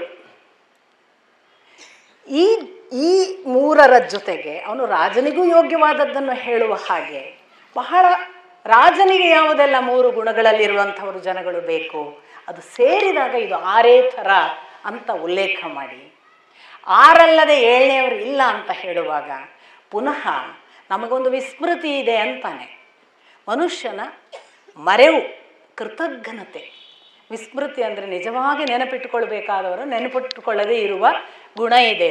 ಅದು ಯಾವುದು ಅಂತ ಲೆಕ್ಕ ಹಾಕಿ ಹೇಳ್ತಾನೆ, ವಿದ್ಯೆ ಕಲಿಸಿದ ನಂತರ ಕಲಿತ ಗುರುವನ್ನು ಮರೆಯುವುದು. ಕಲಿಸಿದ ಗುರುವನ್ನೇ ಮರೆತು ಬಿಡೋದು ವಿಸ್ಮೃತಿಯಲ್ಲಿ ಒಂದು. 2ನೇದು ಹೇಳ್ತಾನೆ, ಮಕ್ಕಳು ಹೆತ್ತ ನಂತರ ತಾಯಿಯನ್ನು ಮರೆತು ಬಿಡುವುದು. 3ನೇದು ಹೇಳ್ತಾನೆ, ಕಾಮತೃಷೆ ತಣಿಸಿದ ಮೇಲೆ ಹೆಂಡತಿಯನ್ನು ಮರೆಯುವುದು. 4ನೇದು ಹೇಳ್ತಾನೆ, ರೋಗ ಗುಣ ಮಾಡಿದ ವೈದ್ಯನನ್ನು ಮರೆಯುವುದು. ಎಲ್ಲ ಅಲ್ಲ ಅಂತ, ಇದು ಮಾಡಬಾರ್ದು. ಈ ಥರ ವಿದುರ ಕರ್ಕೊಂಡು ಹೋಗುವ ರೀತಿಯೇ ಬಹಳ ಸುಂದರ. ಹಾಗೆ ಹೇಳ್ತಾ ರಾಜನ ಲಕ್ಷಣಗಳನ್ನು ಹೇಳಲಿಕ್ಕೆ ಶುರು ಮಾಡ್ತಾನೆ. ರಾಜ ಅಂದರೆ ಎಂಥವನಿರಬೇಕು? ಅವನು ಬಹಳ ತನ್ನ ಲೋಭ, ತನ್ನ ಸ್ವಾರ್ಥ, ಅದಕ್ಕಾಗಿ ಆ ಪದವಿಯಲ್ಲಿ ಕೂತ್ಕೊಳ್ಳಬಾರ್ದು. ಲೋಕದ ಸುಖ, ಲೋಕದ ಸಂತೋಷ, ಲೋಕದ ಪ್ರಜೆಗಳ ಕಷ್ಟ ಸುಖಕ್ಕಾಗಿ ಸ್ಪಂದಿಸುವ, ಅವರ ರಕ್ಷಣೆಯನ್ನು ತನ್ನ ಹೊಣೆ ಮಾಡಿಕೊಂಡು ಅವರಿಗಾಗಿ ಇದ್ದೇನೆ ಅಂತ ಒಬ್ಬ ತಂದೆ ಇರ್ತಾನಲ್ಲ ಮನೆಯಲ್ಲಿ, ಹಾಗೆ ತಾನು ತನ್ನ ಸುಖವನ್ನು ತ್ಯಾಗ ಮಾಡಿ ಆ ಲೋಕದ ಸುಖ, ಪ್ರಜೆಗಳ ಸುಖ ನೋಡಬೇಕು. ಮತ್ತು ರಕ್ಷಣೆ ಎಷ್ಟರ ಮಟ್ಟಿಗೆ ಕೊಡಬೇಕು ಅಂದರೆ, ಪ್ರಜೆ ಒಬ್ಬ ಕೂಡ ಭೀತನಿರಬಾರ್ದು ಅಂತಾನೆ ವಿದುರ. ಹೆದರಿಕೆಯಲ್ಲಿ ಇರಬಾರ್ದು. ಈ ರಾಜ ಏನು ಮಾಡ್ತಾನೆ ಏನೋ, ಇವು ನಮಗೆ ಎಂಥ ಭಯಾನಕಪ್ಪ ಅಂತ ಹೆದರಿಕೆ ಹುಟ್ಟಿಸುವ ರಾಜ ಆಗಬಾರ್ದು. ಅಷ್ಟು ಅವನು ಒಳ್ಳೆಯವನಿರಬೇಕು ಅಂತ ರಾಜನ ಲಕ್ಷಣಗಳನ್ನು ಹೇಳಿ, ಅವನು ಸದಾ ಒಳ್ಳೊಳ್ಳೆಯ ಕಾರ್ಯಗಳನ್ನು ಮಾಡಬೇಕು, ಸತ್ಪುರುಷರನ್ನು ಸದಾ ತನ್ನ ಜೊತೆಗಿಟ್ಕೊಳ್ಬೇಕು, ದುಷ್ಟರಿಂದ ದೂರ ಇರಬೇಕು, ಗೂಢಚಾರರನ್ನು ಎಷ್ಟು ಬೇಕೋ ಅಷ್ಟು ಬಳಸಬೇಕು, ಎಲ್ಲರನ್ನು ನಂಬಬಾರ್ದು, ಪಕ್ಕಾ ಸಂದೇಹ ಎಲ್ಲರ ಜೊತೆಗೂ ಇಟ್ಟುಕೊಂಡೇ ನಡೀಬೇಕು. ನಿಮಗೆ ಗೊತ್ತಿರಲಿಕ್ಕೆ ಸಾಕು, ಕೆಲವು ರಾಜರುಗಳಿಗೆ ಭೀಷ್ಮರು ತನ್ನ ಶಾಂತಿ ಪರ್ವದಲ್ಲೂ ಹೇಳ್ತಾರೆ, ರಾಜ ತನ್ನ ಮಂತ್ರಿಗಳ ಜೊತೆಗೆ ಹೆಂಗೆ ಹೋಗಬೇಕು ಅಂತ ವಿವರಣೆ ಕೊಡುವಾಗ, ರಾಜನ ಜೊತೆಗೆ ಒಂದು ವೇಳೆ ವಾಯುವಿಹಾರಕ್ಕೆ ಮಂತ್ರಿಗಳು ಹೋಗ್ತಿದ್ರೆ, ಯಾವುದಾದ್ರೂ ಮಂತ್ರಿ ಸಮಾಲೋಚನೆ ಮಾತಾಡ್ತಾ ಮಾತಾಡ್ತಾ ರಾಜನಿಗೆ ಸಮ ಹೆಜ್ಜೆ ಹಾಕಿದ್ರೆ ಹೀಗೆ ರಾಜ ನೋಡ್ಬೇಕಂತೆ, ಹಿಂದೋಗು ಅಂತ. ಕೆಲವು ಓದಿದರೆ, ನಾನು ಪಕ್ಕ ಅಂದ್ಕೊಳ್ಳೋದು, ಕೆಲವು ಓದಿದರೆ ಈಗಿನ ಪ್ರಧಾನಮಂತ್ರಿ ಭೀಷ್ಮ ಪರ್ವ ಪೂರ ಓದಿದ್ದಾರೆ, ಅವರು ಪೂರ್ತಿ ಶಾಂತಿ ಪರ್ವ ಓದಿದ್ದಾರೆ. ಒಬ್ಬ ರಾಜ ಹೇಗಿರಬೇಕು ಅನ್ನೋದನ್ನು ಮಕ್ಕಳನ್ನು ಹತ್ತಿರಕ್ಕೆ ಕರ್ಕೋಬಾರ್ದು ಅಂತ ಪಕ್ಕ ಇದೆ ಅದರಲ್ಲಿ. ಸಂಬಂಧಿಗಳನ್ನು ದೂರವೇ ಇಡಬೇಕು, ಎಂದೂ ಇಟ್ಕೋಬಾರ್ದು ಹತ್ರ ಅಂತ. ಆ ಸಂಬಂಧಿಗಳೇ ತೊಂದರೆ ಮಾಡ್ತಾರೆ. ಅದರಿಂದ ಯಾವೆಲ್ಲ ರಾಜಕಾರಣಿಗಳು ಫೇಲ್ಯೂರ್ ನಿಮಗೆ ಗೊತ್ತು. ಮಗರಿ ಹಾಳು ಮಾಡಿಬಿಟ್ಟ, ಅಪ್ಪ ಚೆನ್ನಾಗಿದ್ದ ಅನ್ನಲ್ವ ನೀವು? ಎಷ್ಟು ಕಡೆ ಆಗಿದೆ ಇದು. ಪಕ್ಕ ಮಕ್ಕಳಿಂದ ದೂರ ಇರಬೇಕು, ಸ್ವಪುತ್ರರು, ಪತ್ನಿ, ಅವರ ಜೊತೆಗೆ ಹೆಚ್ಚು ರಾಜಾಡಳಿತಕ್ಕೆ ಕರ್ಕೋಬಾರ್ದು. ಈ ಥರ ತುಂಬ ತುಂಬ ವಿಶೇಷ ಸಂಗತಿಗಳನ್ನೆಲ್ಲ ವಿದುರ ತನ್ನ ನೀತಿಯಲ್ಲಿ ಹೇಳ್ತಾನೆ. ಅದು ಮುಂದೆ ಅನುಶಾಸನ ಪರ್ವದಲ್ಲಿ ಮತ್ತು ಭೀಷ್ಮರ ಶಾಂತಿ ಪರ್ವದಲ್ಲಿ ಕೂಡ ತುಂಬ ವಿಶೇಷವಾಗಿದೆ. ಅದೆಲ್ಲ ಓದೋದೇ ಒಂದು ದೊಡ್ಡ ಆನಂದ. ಆದರೆ ಅದು ಸಾಮಾನ್ಯ ಇಲ್ಲ ಅವರ ಅಳತೆ. ಜೊತೆಗೆ ರಾಜ ಎಲ್ಲವನ್ನೂ ಕೇಳಿದಾಗ ಕೊಡಬೇಕು, ಪ್ರಜೆಗಳಿಗೆ ಇಲ್ಲ ಅನ್ನಬಾರ್ದು. ಇಷ್ಟು ಹೇಳಿ ಹೇಗೆ ಕೊಡಬೇಕು? ಒಂದು ಎತ್ತರದ ವೃಕ್ಷದ ಫಲದ ಹಾಗೆ ಅಂತ, ಅಷ್ಟು ಈಸಿ ಸಿಗಬಾರ್ದು ಅಂತಾರೆ. ಕೊಡಬೇಕು, ದಣಿಸಿ ಕೊಡಬೇಕು, ಕೇಳಿದ ಕೂಡಲೇ ಕೊಡೋದಲ್ಲ. ಈ ಥರ ಅದನ್ನು ಹೇಳಿ ಮುಂದೆ ಹೇಳ್ತಾನೆ, ಸಂದರ್ಭಕ್ಕನುಗುಣವಾಗಿ ತೆರಿಗೆ ಹಾಕಬೇಕು. ತೆರಿಗೆ ಹಾಕೋದಕ್ಕೆ ಕೊಡುವ ಕಂಪ್ಯಾರಿಸನ್ ಯಾವುದು ಗೊತ್ತಾ? ಒಂದು ಪುಷ್ಪದ ಮಕರಂದವನ್ನು ದುಂಬಿ ಹೀರುತ್ತೆ. ಪುಷ್ಪದ ಮಕರಂದವನ್ನು ದುಂಬಿ ಹೀರುವಾಗ ಅದು ಪುಷ್ಪಕ್ಕೆ ಎಂದು ಗಾಯ ಮಾಡುವುದಿಲ್ಲ, ಘಾತಿ ಮಾಡುವುದಿಲ್ಲ. ಪುಷ್ಪವನ್ನು ತನ್ನ ಎಷ್ಟು ಅಳತೆಯಿಂದ ಹೀರಬೇಕು ಅನ್ನೋದು ಗೊತ್ತಿದ್ದು ಹೀರ್ಕೊಳ್ಳುತ್ತೆ, ಅದ್ರ ಹೊಟ್ಟೆನೂ ತುಂಬುತ್ತೆ, ಪುಷ್ಪದ ಸೌಂದರ್ಯವನ್ನು ಉಳಿಸುತ್ತೆ. ತೆರಿಗೆ ಹಾಗಿರಬೇಕು. ಪ್ರಜೆಗೆ ಕಷ್ಟ ಕೊಟ್ಟು ಅವನಿಂದ ಹೀರಬಾರದು. ಅವನು ಸುಖವಾಗಿ ಕೊಡುವುದಕ್ಕೆ ಅವನ ಆದಾಯದಲ್ಲಿ ಇಷ್ಟು ಸಾಧ್ಯ ಅನ್ನಿಸುವ ತೆರಿಗೆಯನ್ನು ಮಾತ್ರ ಹಾಕಬೇಕು. ಇನ್ನೊಂದು ಉದಾಹರಣೆ ಕೊಡ್ತಾರೆ. ಈ ಪುಷ್ಪ ಕಟ್ಟುವ ಒಬ್ಬ ಹೂ ಮಾಲೆ ಮಾಡುವವ, ಅವನು ಯಾವತ್ತು ಪುಷ್ಪವನ್ನು ಹರಿತಾನೆ ಹೊರತು ಗಿಡದ ಟೊಂಗೆ ಮುರಿಯಲ್ಲ. ನಾಳೆ ಬೇಕು ಅವನಿಗೆ, ಆ ವೃಕ್ಷವನ್ನು ಕಾಯ್ತಾನೆ, ಗಿಡವನ್ನು ಕಾಯ್ತಾನೆ, ಆರಾಮ್ಸೆ ಹೂ ತೆಗಿತಾನೆ. ಒಂದು ಹೂವಿನ ಮಾಲೆಯೂ ಸಿದ್ಧ ಆಯಿತು, ನಾಳೆಗೆ ಮತ್ತೆ ಹೂ ಕೊಡಲಿಕ್ಕೆ ಗಿಡನೂ ಇತ್ತು. ಹಾಗೆ ಪ್ರಜೆಗಳು ಉಳಿದಿರಬೇಕು, ಚೆನ್ನಾಗಿ ಸುಖವಾಗಿ, ಅವರಿಂದ ಒಳ್ಳೆಯ ಅಲಂಕಾರ ದೇಶಕ್ಕೆ ಆಗಬೇಕು. ಹೀಗೆಲ್ಲ ತೆರಿಗೆಯ ವಿಧಾನ. ಆಮೇಲೆ ತಾನು ಮಾಡಬೇಕಾದ ಯಜ್ಞ ಮುಂತಾದ ಕೆಲಸಗಳಲ್ಲಿ ಇತರರ ಜೊತೆಗೆ, ಅದು ಜಾತಿ ಮತ್ತು ಭೇದಕ್ಕೆ ಬಂದಾಗ ಯಾವ್ಯಾವರ ಜೊತೆಗೆ ಯಾವ್ಯಾವ ಕೆಲಸಗಳನ್ನು ಮಾಡುವಾಗ ಹೇಗೆ ಅವರ ಜೊತೆಗೆ ವರ್ತಿಸಬೇಕು.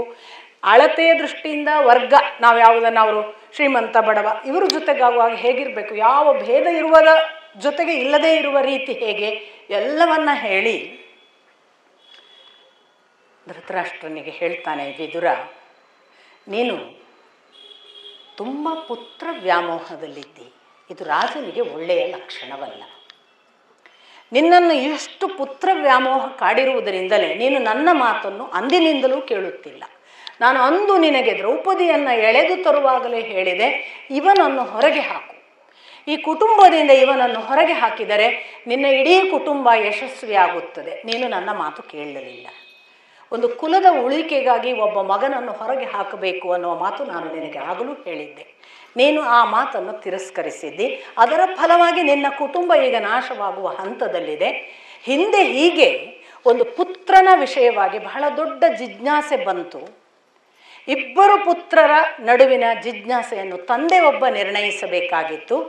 ಅದನ್ನು ನಾನು ನಿನಗೆ ಹೇಳ್ತೇನೆ ಅಂತ ಹೇಳಿ, ಪ್ರಹ್ಲಾದನ ಮಗ ವಿರೋಚನ ನಿಮಗೆ ಗೊತ್ತು, ಸುಧನ್ವ ಅಂತ ಅಂಗಿರಸನ ಮಗ. ಅಂಗಿರಸನ ಮಗ ಮತ್ತು ವಿರೋಚನ ಒಂದು ದಿನ ಒಂದು ಸಂದರ್ಭ ಬರುತ್ತೆ. ವಿರೋಚನನಿಗೆ ಒಬ್ಬ ಕೇಶಿನಿ ಅನ್ನುವ ಕನ್ಯೆಯ ಜೊತೆಗೆ ಸ್ವಯಂವರವೋ ಮದುವೆಗೋ ತಯಾರಿ. ಈ ಕೇಶಿನಿ ಅನ್ನುವ ಕನ್ಯೆ ಒಂದು ಪ್ರಶ್ನೆ ಕೇಳ್ತಾಳೆ,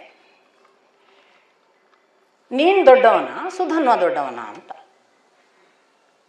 ಯಾಕೆ ಈ ಪ್ರಶ್ನೆ ಅಂತ ಇವಾಗ ಕೇಳ್ತಾನೆ. ಯಾಕೆ ಅಂದರೆ ನಾವು ಮಿತ್ರರು, ನಿಂಗೆ ಯಾಕೆ ಈ ಪ್ರಶ್ನೆ ಬಂತು? ಇವಳು ಕೇಳ್ತಾಳೆ, ಹಾಗಲ್ಲ, ನೀನೀಗ ಒಬ್ಬ ರಾಜ, ನಿನ್ನ ಸಿಂಹಾಸನ ಇದೆ, ನೀನು ಆ ಸಿಂಹಾಸನದಲ್ಲಿ ಸುಧನ್ವನನ್ನು ಕೂಡಿಸ್ತೀಯಾ ಅಂತ ಕೇಳ್ತಾನೆ.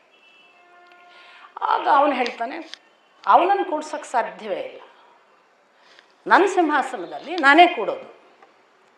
ಮತ್ತು ಸುಧನ್ವ ಅವನ ಜಾಗ, ಅವನ ಜಾಗ ಇದೆ ಅಲ್ಲ, ಅವನ ದರ್ಬೆಯೋ ಅವನ ಮಣೆಯೋ ಚಾಪೆಯೋ ಎಲ್ಲಾರು ಕೂಡ್ತಾನೆ. ಓಹೋ, ಅಂದರೆ ನೀನು ಹೇಳೋದು ನೀನು ಶ್ರೇಷ್ಠ, ಅವನು ಕನಿಷ್ಠ ಅಲ್ವಾ? ಹೌದು, ಯಾಕೋ ನಂಗೆ ಒಪ್ಪಿಗೆ ಆಗಲ್ಲ ಅಂತಾಳೆ ಅವಳು. ಈಗ ಸುಧನ್ವನನ್ನೇ ಕರೀವ, ಅವನು ಹೇಳ್ತಾನೆ ಅಂತ ಇವ ಸುಧನ್ವನನ್ನು ಕರೀತಾನೆ. ಸುಧನ್ವನ ಹತ್ರ ಕೇಳ್ತಾನೆ ವಿರೋಚನ, ನಾನು ನಿನಗೆ ನನ್ನ ಸಿಂಹಾಸನದಲ್ಲಿ ಕೂತ್ಕೊಂಡ್ರೆ ನೀನು ಕೂತ್ಕೊಳ್ತೀಯಾ ಅಂತ. ಸುಧನ್ವ ಹೇಳ್ತಾನೆ, ನಾನು ನೀನು ಕರೆದದ್ದಕ್ಕೆ ಗೌರವ ಸೂಚಕವಾಗಿ ಅದನ್ನು ಮುಟ್ಟಿ ನಮಸ್ಕರಿಸ್ತೇನೆ, ಕೂತ್ಕೊಳ್ಳಲ್ಲ. ಯಾಕೆ ಕೂತ್ಕೊಳ್ಳಲ್ಲ? ಯಾಕೆಂದರೆ ನೀವು ರಾಜರು, ರಾಜಸಿಂಹಾಸನ ಅದು, ಸಿಂಹಾಸನಕ್ಕೆ ಅದರದ್ದೇ ಗೌರವ ಬೆಲೆ ಇದೆ, ನಾನು ಅದನ್ನು ಕೊಡಬೇಕಾಗತ್ತೆ, ಅದರಿಂದ ನಾನು ಕೂತ್ಕೊಳ್ಳಲ್ಲ. ಕೂಡಲೇ ಇವನಿಗೇನು ಅನ್ನಿಸ್ತು, ಇವ ನನ್ನನ್ನು ಗೌರವ ಕೊಡುವುದು ಅಂತ ಹೇಳಿ ಇವ ಭಾರಿ ದೊಡ್ಡವ ಅನ್ನೋ ಹಾಗೆ ಮಾತಾಡ್ತಿದ್ದಾನೆ ಅಂತ. ಇವ ಏನಂದ, ಎಷ್ಟಂದ್ರೂ ನೀವು ದರ್ಬೆ ಮೇಲೆ ಕೂತ್ಕೊಳ್ಳೋರು, ಮಣೆ ಮೇಲೆ ಕೂತ್ಕೊಳ್ಳೋರು, ಚಾಪೆ ಮೇಲೆ ಕೂತ್ಕೊಳ್ಳೋರು, ಆದ್ದರಿಂದ ನೀವು ಸಿಂಹಾಸನದ ಮೇಲೆ ಕೂತ್ಕೊಳ್ಳಲ್ಲ ಅಂತ ಇವು ಸ್ವಲ್ಪ ಕೆಣಕ್ತಾನೆ ಸುಧನ್ವ. ಅವಾಗ ಕೂಡಲೇ ಹೇಳ್ತಾನೆ, ನಾವು ಚಾಪೆಯಲ್ಲಿ ಕೂತರು, ನಾವು ದರ್ಬೆಯಲ್ಲಿ ಕೂತರು, ನಾವು ಕೂತಿರುವಾಗ ನೀವು ಸಿಂಹಾಸನದ ಮೇಲೆ ಕೂತ್ಕೊಳ್ಳಲ್ಲಪ್ಪ. ನೀವು ನಮ್ಮ ಜೊತೆಗೆ ಬಂದು ಕೂತ್ಕೊಳ್ತೀರಿ ನೆಲದಲ್ಲಿ. ಇದು ನಿಯಮ, ಇದು ಧರ್ಮ. ಅದರಿಂದ ಇಲ್ಲಿ ಸಮಾನತೆ ಗಲಾಟೆ ಕುರ್ಚಿಯಿಂದ ಅಲ್ಲ, ಸಿಂಹಾಸನದಿಂದ ಅಲ್ಲ, ಮನಸ್ಸಿನ ಅಂತಸ್ತತ್ವದ ಗೌರವದಿಂದ ಅಂತ. ಇಷ್ಟಾಗುವಾಗ ಇದನ್ನು ನಾನು ಒಪ್ಪಲ್ಲ, ನೀನು ಕನಿಷ್ಠ ನಾನು ಶ್ರೇಷ್ಠ ಅಂತ ವಿರೋಚನ. ಹಾಗಾದ್ರೆ ನಾವಿಬ್ಬರು ಇದನ್ನು ನಿರ್ಣಯ ಮಾಡೋರನ್ನೊಬ್ಬರನ್ನ ಹುಡುಕಬೇಕು, ನಮಗೆ ನಿರ್ಣಯ ಹೇಳೋರು ಬೇಕು ಅಂದಾಗ ನಿಮ್ಮ ಅಪ್ಪ ಪ್ರಹ್ಲಾದನನ್ನು ಕೇಳೋಣ ಅಂತ ಸುಧನ್ವ, ಯಾಕೆಂದರೆ ಮಹಾಧರ್ಮಿಷ್ಠ. ಹಾಗಾದ್ರೆ ಪ್ರಹ್ಲಾದನ ಹತ್ರ ಹೋಗ್ತಾರೆ ಇಬ್ಬರು ನ್ಯಾಯ ತಗೊಂಡು. ಪ್ರಹ್ಲಾದ ಹೇಳ್ತಾನೆ, ಇದು ತುಂಬ ಸಂಕಷ್ಟದ ವಿಷಯ. ಯಾಕೆಂದರೆ ಅವ್ರು ಏನು ಪಣ ಹಾಕ್ಕೊಂಡು ಬರ್ತಾರೆ ಅಂದರೆ, ಯಾರು ಸೋತರೋ ಅವರು ಪ್ರಾಣ ಕೊಡಬೇಕು. ಈಗ ಪ್ರಹ್ಲಾದ ವಿರೋಚನ ಕಡಿಮೆ ಅಂತ ಹೇಳಿದರೆ ಅವ್ರು ಸೋತ ಹಾಗೆ, ಸುಧನ್ವ ಕಡಿಮೆ ಅಂತ ಹೇಳಿದರೆ ಧರ್ಮದ ದೃಷ್ಟಿಯಿಂದ ಯೋಚನೆ ಮಾಡಬೇಕು ಪ್ರಹ್ಲಾದ. ಏನು ಮಾಡಬೇಕು ಅನ್ನೋ ಗೊಂದಲ. ಪ್ರಹ್ಲಾದ ಹೇಳ್ತಾನೆ, ನನಗೆ ಏನೂ ಹೊಳಿತಿಲ್ಲಪ್ಪ, ನಾನು ಏನು ಹೇಳಿದರೆ ನನಗೆ ಸರಿ ಅಂತ ಗೊತ್ತಾಗ್ತಿಲ್ಲ, ನೀನೇ ಹೇಳು ಅಂತಾನೆ. ಆಗ ಸುಧನ್ವ ಹೇಳ್ತಾನೆ, ನಾನಂತೂ ಹೀಗೆ ಭಾವಿಸಿದ್ದೇನೆ, ಇದರಲ್ಲಿ ಅಂತಸ್ತು ಇಲ್ಲ, ಯಾರು ಸಿಂಹಾಸನದವರು ಯಾರು ನೆಲದವರು ಪ್ರಶ್ನೆ ಅಲ್ಲ. ಯಾರು ಯಾರಿಗೆ ಯಾವುದು ಉಚಿತವೋ ಅದನ್ನು ಆಯಾ ಸಂದರ್ಭದಲ್ಲಿ ಮಾಡ್ತಾರೆ. ಅದಕ್ಕೆ ಒಬ್ರು ಎತ್ತರ ಕೂತಿದ್ದಾರೆ, ಒಬ್ರು ಕೆಳಗೆ ಕೂತಿದ್ದಾರೆ, ಅದರಿಂದ ಯಾರ ಗೌರವ ಕಡಿಮೆ ಆಗೋದು ಹೆಚ್ಚಾಗೋದು ಅಲ್ಲ ಅಂತ ನನಗೆ ಅನ್ನಿಸ್ತದೆ. ಪ್ರಹ್ಲಾದ ಕೈ ಮುಗಿದು ಹೇಳ್ತಾನೆ, ನೀನು ಅಂಗಿರಸನ ಮಗ, ನಾನು ಅಂಗಿರಸನಿಗೆ ಮಿತ್ರ, ನೀನೇ ಗೆದ್ದಿದ್ದಿ, ನನ್ನ ಮಗ ಸೋತಿದ್ದಾನೆ ಅಂತ ಒಪ್ಕೊಂಡ್ಬಿಡ್ತಾನೆ. ಯಾಕೆ ಅವನಿಗೆ ಗೊತ್ತು ತನ್ನ ಮಗನ ಪ್ರಾಣತ್ಯಾಗ ಕೊಡಬೇಕು, ಧರ್ಮ ಬಿಡಬಾರ್ದು ಅಂತ ಪ್ರಹ್ಲಾದ. ಇಷ್ಟು ಹೊತ್ತಿಗೆ ಬೇರೆ ಕಡೆ ಬರುತ್ತೆ, ಅಂಗಿರಸರೇ ಇದಕ್ಕೆ ಉತ್ತರ ಕೊಟ್ಟರು ಅಂತ ಬಂದು, ಸುಧನ್ವ ಅಲ್ಲ. ಇನ್ನೊಂದು ಕಡೆ ಬಂದಾಗ, ಮೊದಲು ಬಂದಾಗ, ಆಮೇಲೆ ಅಂಗಿರಸರೇ ನೀನಿಷ್ಟು ಪ್ರಾಮಾಣಿಕವಾಗಿ ಮಗನನ್ನು ಅವನು ಸೋತಿದ್ದಾನೆ ಅಂತ ಅವನನ್ನು ಕಳ್ಕೊಳ್ಳಿಕ್ಕೆ ತ್ಯಾಗ ಮಾಡಲಿಕ್ಕೆ ಸಿದ್ಧನಾಗಿದ್ದೆ, ನಿನ್ನಂಥ ಧರ್ಮಿಷ್ಠನಿಗೆ ನಾನು ವರ ಕೊಡ್ತೇನೆ, ನಿನ್ನ ಮಗ ಬದುಕ್ತಾನೆ ಅಂತ ವರ ಕೊಡ್ತಾರೆ ಅಂಗಿರಸರು. ಇಲ್ಲಿ ಪ್ರಹ್ಲಾದನೇ ಕೇಳ್ತಾನೆ, ನಾನು ಒಂದು ವರ ಬೇಡ್ತೇನೆ ನಿನ್ನಿಂದ, ಏನು? ನನಗೆ ನನ್ನ ಮಗನನ್ನು ಮರಳಿಸಿಕೊಡು. ಹಾಗೆ ವಿರೋಚನ ಬದುಕಿದ. ಈ ಕಥೆ ಹೇಳಿ ಸ್ಥಾನ ಅಂತಸ್ತು ಖಂಡಿತ ಅವರವರ ಯೋಗ್ಯತೆಯಿಂದ ನಿರ್ಣಯ ಆಗ್ತದೆ. ಅವರು ಯಾವ ಜಾತಿ ಯಾವ ಕುಲ ಅಲ್ಲ, ಅವರು ಯಾವ ಅರ್ಹತೆಗಳಿಂದ ಅವರು ದೊಡ್ಡವರು, ಯಾರು ಅರ್ಹತೆಗಳಿಂದ ದೊಡ್ಡವರಲ್ಲ ಅಂತ ವಿವೇಚನೆ ಮಾಡುವಾಗ ಒಳ್ಳೆಯವರು ಪಾಂಡವರು. ನಿನ್ನ ಮಕ್ಕಳು ಎಷ್ಟು ಕೆಟ್ಟ ಕೆಲಸ ಮಾಡಿದ್ದಾರೆ ನೀನೇ ಪಟ್ಟಿ ಮಾಡಿ ನೋಡು, ನನಗೆ ಅವರ ಬಗ್ಗೆ ಯಾವ ದ್ವೇಷವೂ ಇಲ್ಲ. ನಾನು ಮೊದಲಿನಿಂದಲೂ ಈ ಮಾತನ್ನು ನಿನಗೆ ಎಚ್ಚರಿಸ್ತಲೇ ಇದ್ದೇನೆ. ಈಗಲೂ ಯೋಚನೆ ಮಾಡು, ಅವರನ್ನು ನೀನು ತಿದ್ದಬಹುದು, ಅವರಿಗೆ ಒಪ್ಪಿಸಿ ಶಾಂತಿ ಸಂಧಾನ ಮಾಡಿಕೊಳ್ಳಿ ಅಂತ ರಾಜ್ಯ ಕೊಡು. ಇಲ್ಲದೇ ಇದ್ದರೆ ನೀನು ಯುದ್ಧಕ್ಕೆ ಸಿದ್ಧರಾಗಲೇಬೇಕು, ಇದು ಅನಿವಾರ್ಯ ಇದೆ. ಆಗ ನನಗೆ ನಿದ್ದೆ ಬರುವುದಿಲ್ಲ, ನನಗೆ ಸಂಕಟ ಆಗ್ತದೆ. ಭಯ ಇಲ್ಲದ ಜಾಗ ಯಾವುದಿದೆ ಹೇಳು? ಭಯ ಇಲ್ಲದ ಜಾಗವೇ ಇಲ್ಲಪ್ಪ. ಅಂತರಂಗದಲ್ಲಿ ಸತ್ಯ, ದಾನ, ಧರ್ಮ, ದಯೆ ಇದ್ದರೆ ಅದೊಂದೇ ಭಯವಿಲ್ಲದ ಜಾಗ. ಉಳಿದ ಎಲ್ಲಿ ಹೋದರೂ ಭಯ ಇದ್ದೇ ಇದೆ ಅಂತಾನೆ ವಿದುರ. ಮುಂದೆ ವರ್ಣಾಶ್ರಮ ಹೇಳು ಅಂತಾನೆ. 4 ಚಾತುರ್ವರ್ಣ್ಯಗಳು, ಆ ವರ್ಣಗಳಿಗೆ ಯಾಕೆ ಇದ್ದಾವೆ, ಏನೇನು ಅವರ ಕೆಲಸ, ಏನು ಅವರ ಧರ್ಮ, ಅವ್ರು ಯಾವ ಕೆಲಸವನ್ನು ಯಾವ ಹೊತ್ತಿಗೆ ಮಾಡಬೇಕು, ಮಾಡದಿದ್ದರೆ ಹೇಗೆ ಅಧರ್ಮ, ಗೃಹಸ್ಥ ಆಶ್ರಮಕ್ಕೆ ಹೇಗೆ ಅಂದರೆ ವರ್ಣಾಶ್ರಮ ಮಾತ್ರ ಅಲ್ಲ, ಇನ್ನಿತರ 4 ಆಶ್ರಮಗಳಿದ್ದಾವೆಲ್ಲ, ಬ್ರಹ್ಮಚರ್ಯ, ವಾನಪ್ರಸ್ಥದ, ಸನ್ಯಾಸ ಅಥವಾ ಗೃಹಸ್ಥ, ಆ 4 ಆಶ್ರಮಗಳ ಕ್ರಿಯೆಗಳು ಎಲ್ಲವನ್ನು ಹೇಳಿ, ವಿದುರ ನೀನು ತುಂಬ ಚೆನ್ನಾದ ತಿಳುವಳಿಕೆ ಇರುವವ, ನಿನಗೆ ನನ್ನ ಮಾತುಗಳು ಅರ್ಥವಾಗುತ್ತವೆ, ಒಳಿತು ಯಾವುದು ಕೆಡುಕು ಯಾವುದು ವಿವೇಚಿಸಬಲ್ಲವ, ನೀನು ಇನ್ನೊಮ್ಮೆ ನಿನ್ನನ್ನು ಸ್ಪಷ್ಟವಾಗಿ ಯೋಚನೆಗೆ ಹಚ್ಚಿಕೋ, ಒಳಿತಿನ ನಿರ್ಣಯ ಮಾಡು, ಕೆಡುಕಿನ ನಿರ್ಣಯ ಮಾಡಬೇಡ, ಮೋಹಕ್ಕೆ ಬೀಳಬೇಡ. ನೀನು ಮಗನ ಅಧೀನನಲ್ಲ, ಮಗನೇ ನಿನ್ನ ಅಧೀನ. ನೀನು ಲೋಕದಲ್ಲಿ ರಾಜನಾಗಿ ಕೂತವ, ನೀನು ಮೇಟಿಯ ಕಂಬ, ನಿನ್ನ ಸುತ್ತ ಎಲ್ಲರೂ ತಿರುಗುವುದೇ ಹೊರತು ನೀನು ಅವರ ಸುತ್ತ ತಿರುಗುವುದಲ್ಲ. ಆಮೇಲೆ ಹೆಂಡತಿ, ಸೇವಕ, ಮಗನಿಗೆ ಸ್ವಂತ ಸಂಪತ್ತು ಇಲ್ಲ, ಅವರ ಸಂಪತ್ತು ಏನಿದ್ದರೂ ತಂದೆಯ ಸಂಪತ್ತು. ಹಾಗಾಗಿ ಇವತ್ತು ದುರ್ಯೋಧನನಿಗೆ ನಿನ್ನ ಸಂಪತ್ತು ಇದೆ ಹೊರತು ನೀನು ದುರ್ಯೋಧನನ ಸಂಪತ್ತಲ್ಲಿ ಇಲ್ಲ. ಅವನು ನಿನಗೆ ಅಧೀನವೇ ಹೊರತು ನೀನು ಅವನಿಗೆ ಅಧೀನನಲ್ಲ. ಈ ಎಲ್ಲ ಎಚ್ಚರ ಇಟ್ಟುಕೊಂಡು ಬಹಳ ಕಠೋರವಾಗಿ ನಿರ್ಣಯ ಮಾಡು. ಇಲ್ಲಿ ನೀನು ತಪ್ಪಿದರೆ ಇದು ಸರ್ವನಾಶವಾಗುತ್ತೆ ಅಂತ ಸೂಚನೆ ಕೊಡ್ತಾನೆ. ಆಮೇಲೆ ಹೇಳಲಿಕ್ಕೂ ಹೇಳ್ತಾನೆ, ಮದಗಳಿವೆ, ವಿದ್ಯಾಮದ, ಧನಮದ, ಕುಲಮದ, ಪಾನಮದ ಮತ್ತು ಯೌವನದ ಮದ ಅಂತ 5 ಮದಗಳನ್ನು ಹೇಳಿ ವಿದ್ಯಾಮದದಿಂದ ಗರ್ವಿಷ್ಠರಾಗಬಾರ್ದು, ವಿನಯವಂತರಾಗಬೇಕು. 2ನೇದು ಹೇಳ್ತಾನೆ, ಧನಮದದಿಂದ ದುಡ್ಡಿನ ಸೊಕ್ಕು ತೋರಿಸಬಾರದು, ದಾನ ಮಾಡಬೇಕು. ಕುಲಮದ, ನಾನು ಇಂಥ ಶ್ರೇಷ್ಠ ಕುಲದಲ್ಲಿ ಹುಟ್ಟಿದ್ದೇನೆ ಅಂತ ಬೀಗುವುದಲ್ಲ, ಆ ಕುಲದ ಪರಂಪರೆಯನ್ನು ಅರ್ಥ ಮಾಡಿಕೊಂಡು ಅದರ ಕುಲದ ಅಭಿವೃದ್ಧಿಯನ್ನು, ಹೆಸರನ್ನು ಉಳಿಸುವ, ಹೆಚ್ಚಿಸುವ ಸತ್ಕೃತಿಗಳನ್ನು ಮಾಡಬೇಕು, ಗರ್ವಿಷ್ಠರಾಗುವುದಲ್ಲ. ಮತ್ತು ಯೌವನದ ಮದ, ಅದು ತಾನೇ ವಯಸ್ಸಾಗ್ತಾ ಹೋಗ್ತದೆ. ಕೊನೆಯದು ಹೇಳ್ತಾನೆ, ಇನ್ನೊಂದು ಅವನು ಬಹಳ ಸೂಚ್ಯವಾಗಿ ಹೇಳೋದು, ಪಾನ ಮದ, ಅದು ಅತ್ಯಂತ ಪಾಪಿಷ್ಠ. ಯಾಕಂದರೆ ಮಾಡಬೇಕಾದ ಕೆಲಸ ಬಿಟ್ಟು ಅಕಾರ್ಯ ಮಾಡಿಸ್ತದೆ, ಮಾಡಬೇಕಾದ ಯೋಚನೆಯನ್ನು ಬಿಟ್ಟು ಮಾಡಬಾರದ ಯೋಚನೆಯನ್ನು ಮಾಡಿಸ್ತದೆ, ಮಾಡಬಾರದ ಮಾತನ್ನು ಬಿಟ್ಟು ಆಡಬಾರದ ಮಾತನ್ನು ಆಡಿಸ್ತದೆ. ನಮ್ಮಲ್ಲಿ ಒಂದು ಜೋಕಿದೆ, ಇಬ್ಬರು ಬಹಳ ಕುಡುಕರು ಒಂದು ದಿವಸ ಹೀಗೆ ಗುಡ್ಡದ ಮೇಲೆ ನಡ್ಕೋತ ಹೋಗ್ತಿದ್ದಾರೆ. ಭಾಳ ಸ್ನೇಹಿತರು, ಮತ್ತವರು ಪಕ್ಕ ಭಾರಿ ಸ್ನೇಹಿತರು, ಕುಡ್ದಾಗಂತೂ ನಿಮಗೆ ಗೊತ್ತು ಭಾರಿ ಸ್ನೇಹಿತರು ಅವರು. ಆ ಕುಡುಕರು ಇಬ್ಬರು ಗುಡ್ಡದ ಮೇಲೆ ಹೀಗೆ ಚಂದ್ರನ್ ನೋಡಿ, ಇವ ನಮ್ಮೂರವ ಅಂತ ಒಬ್ಬ, ಹೋಗಲೇ ಅವ ನಮ್ಮೂರವ ನೋಡು, ಆ ಕಡೆಗಿದ್ದ ನಮ್ಮೂರ ಕಡೆ. ಜಗಳ ಜೋರು, ಕುತ್ತಿಗೆ ಹಿಡಿಯುವಷ್ಟು. ನಮ್ಮೂರವನೇಂತಿವ, ನಮ್ಮೂರವ ಅಂತವ. ಎಷ್ಟು ಜಗಳ ಪರಾಕಾಷ್ಠೆ ಹೋಯಿತು. ಒಬ್ಬ ಪಾಪದ ಪಂಡಿತ ಬಂದ, ತುಂಬ ತಿಳಿದವ. ನಾನು ಹೇಗಿರ್ತಾರೆ ಹೇಳಿದೆ, ಮೌನಿ, ಹೆಚ್ಚು ಮಾತಾಡಲ್ಲ, ಶಾಂತ, ಕ್ಷಮ, ದಯ, ಗಲಾಟೆಗೆ ಹೋಗುವವರೆಲ್ಲ, ಹಿಂಸೆ ಗೊತ್ತಿಲ್ಲ ಅಂಥವರು. ಅವನು ಕೇಳೋಣ, ಅವ ಹೇಳ್ತಾನಂತ ಹಿಡಿದ್ರು ಅವನನ್ನು ಇಬ್ಬರು ಕೂಡಿ. ಬರಲೇ, ಇವ ಯಾವ ಊರವ ಹೇಳು. ಅವ ಪಂಡಿತ ಹೇಳಿದ, ನಾನು ಈ ಊರಿನವ ಅಲ್ಲಪ್ಪ, ನಂಗೆ ಗೊತ್ತಿಲ್ಲ. ಪಾರಾಗ್ಲಿಕ್ಕೆ ಅದೊಂದೇ ದಾರಿ ಅಲ್ವಾ, ಮತ್ತೆ ಏನು ಮಾಡಿ ಈ ಕುಡುಕರ ಮಧ್ಯೆ. ಹಾಗಾಗಿ ಪಾನ ಮದ ಏನೂ ಮಾಡಿತ್ತು. ಇಂಥ ಒಳ್ಳೆಯ ಉಪದೇಶಗಳನ್ನು ಮಾಡುವಾಗ ಎಂತೆಂಥ ಸತ್ಯಗಳನ್ನು ಹೇಳ್ತಾನೆ. ಪಾನ ಮದದಷ್ಟು ಪಾಪ ಭೂಯಿಷ್ಠವಾದದ್ದು ಇನ್ನೊಂದಿಲ್ಲ. ಪಾನ ಮದ ಯಾಕೆ ಪಾಪ ಭೂಯಿಷ್ಠ ಅನ್ನುವಾಗ ಈ ಉದಾಹರಣೆಗಳನ್ನು ಕೊಡ್ತಾರೆ. ಅಂದರೆ ಅವರಿಗೆ ಮಾತು ಆಡೋ ಹೊತ್ತಿಗೆ ತಪ್ತಾರೆ, ಆಡಬೇಕಾದ ಮಾತಾಡಲ್ಲ, ಕೆಟ್ಟ ಕೆಲಸ. ಅಂದರೆ ನಾನು ಯಾರನ್ನು ಕೆಟ್ಟವರು ಅಂತ ಹೇಳೋದಲ್ಲ, ಎಷ್ಟೋ ಕುಡುಕರು ತುಂಬ ಒಳ್ಳೆಯವರು ಇರ್ತಾರೆ, ಆಂತರಂಗಿಕವಾಗಿ ಚಟಕ್ಕೆ ಬಿದ್ದು ಹಾಳಾಗ್ತಾರೆ.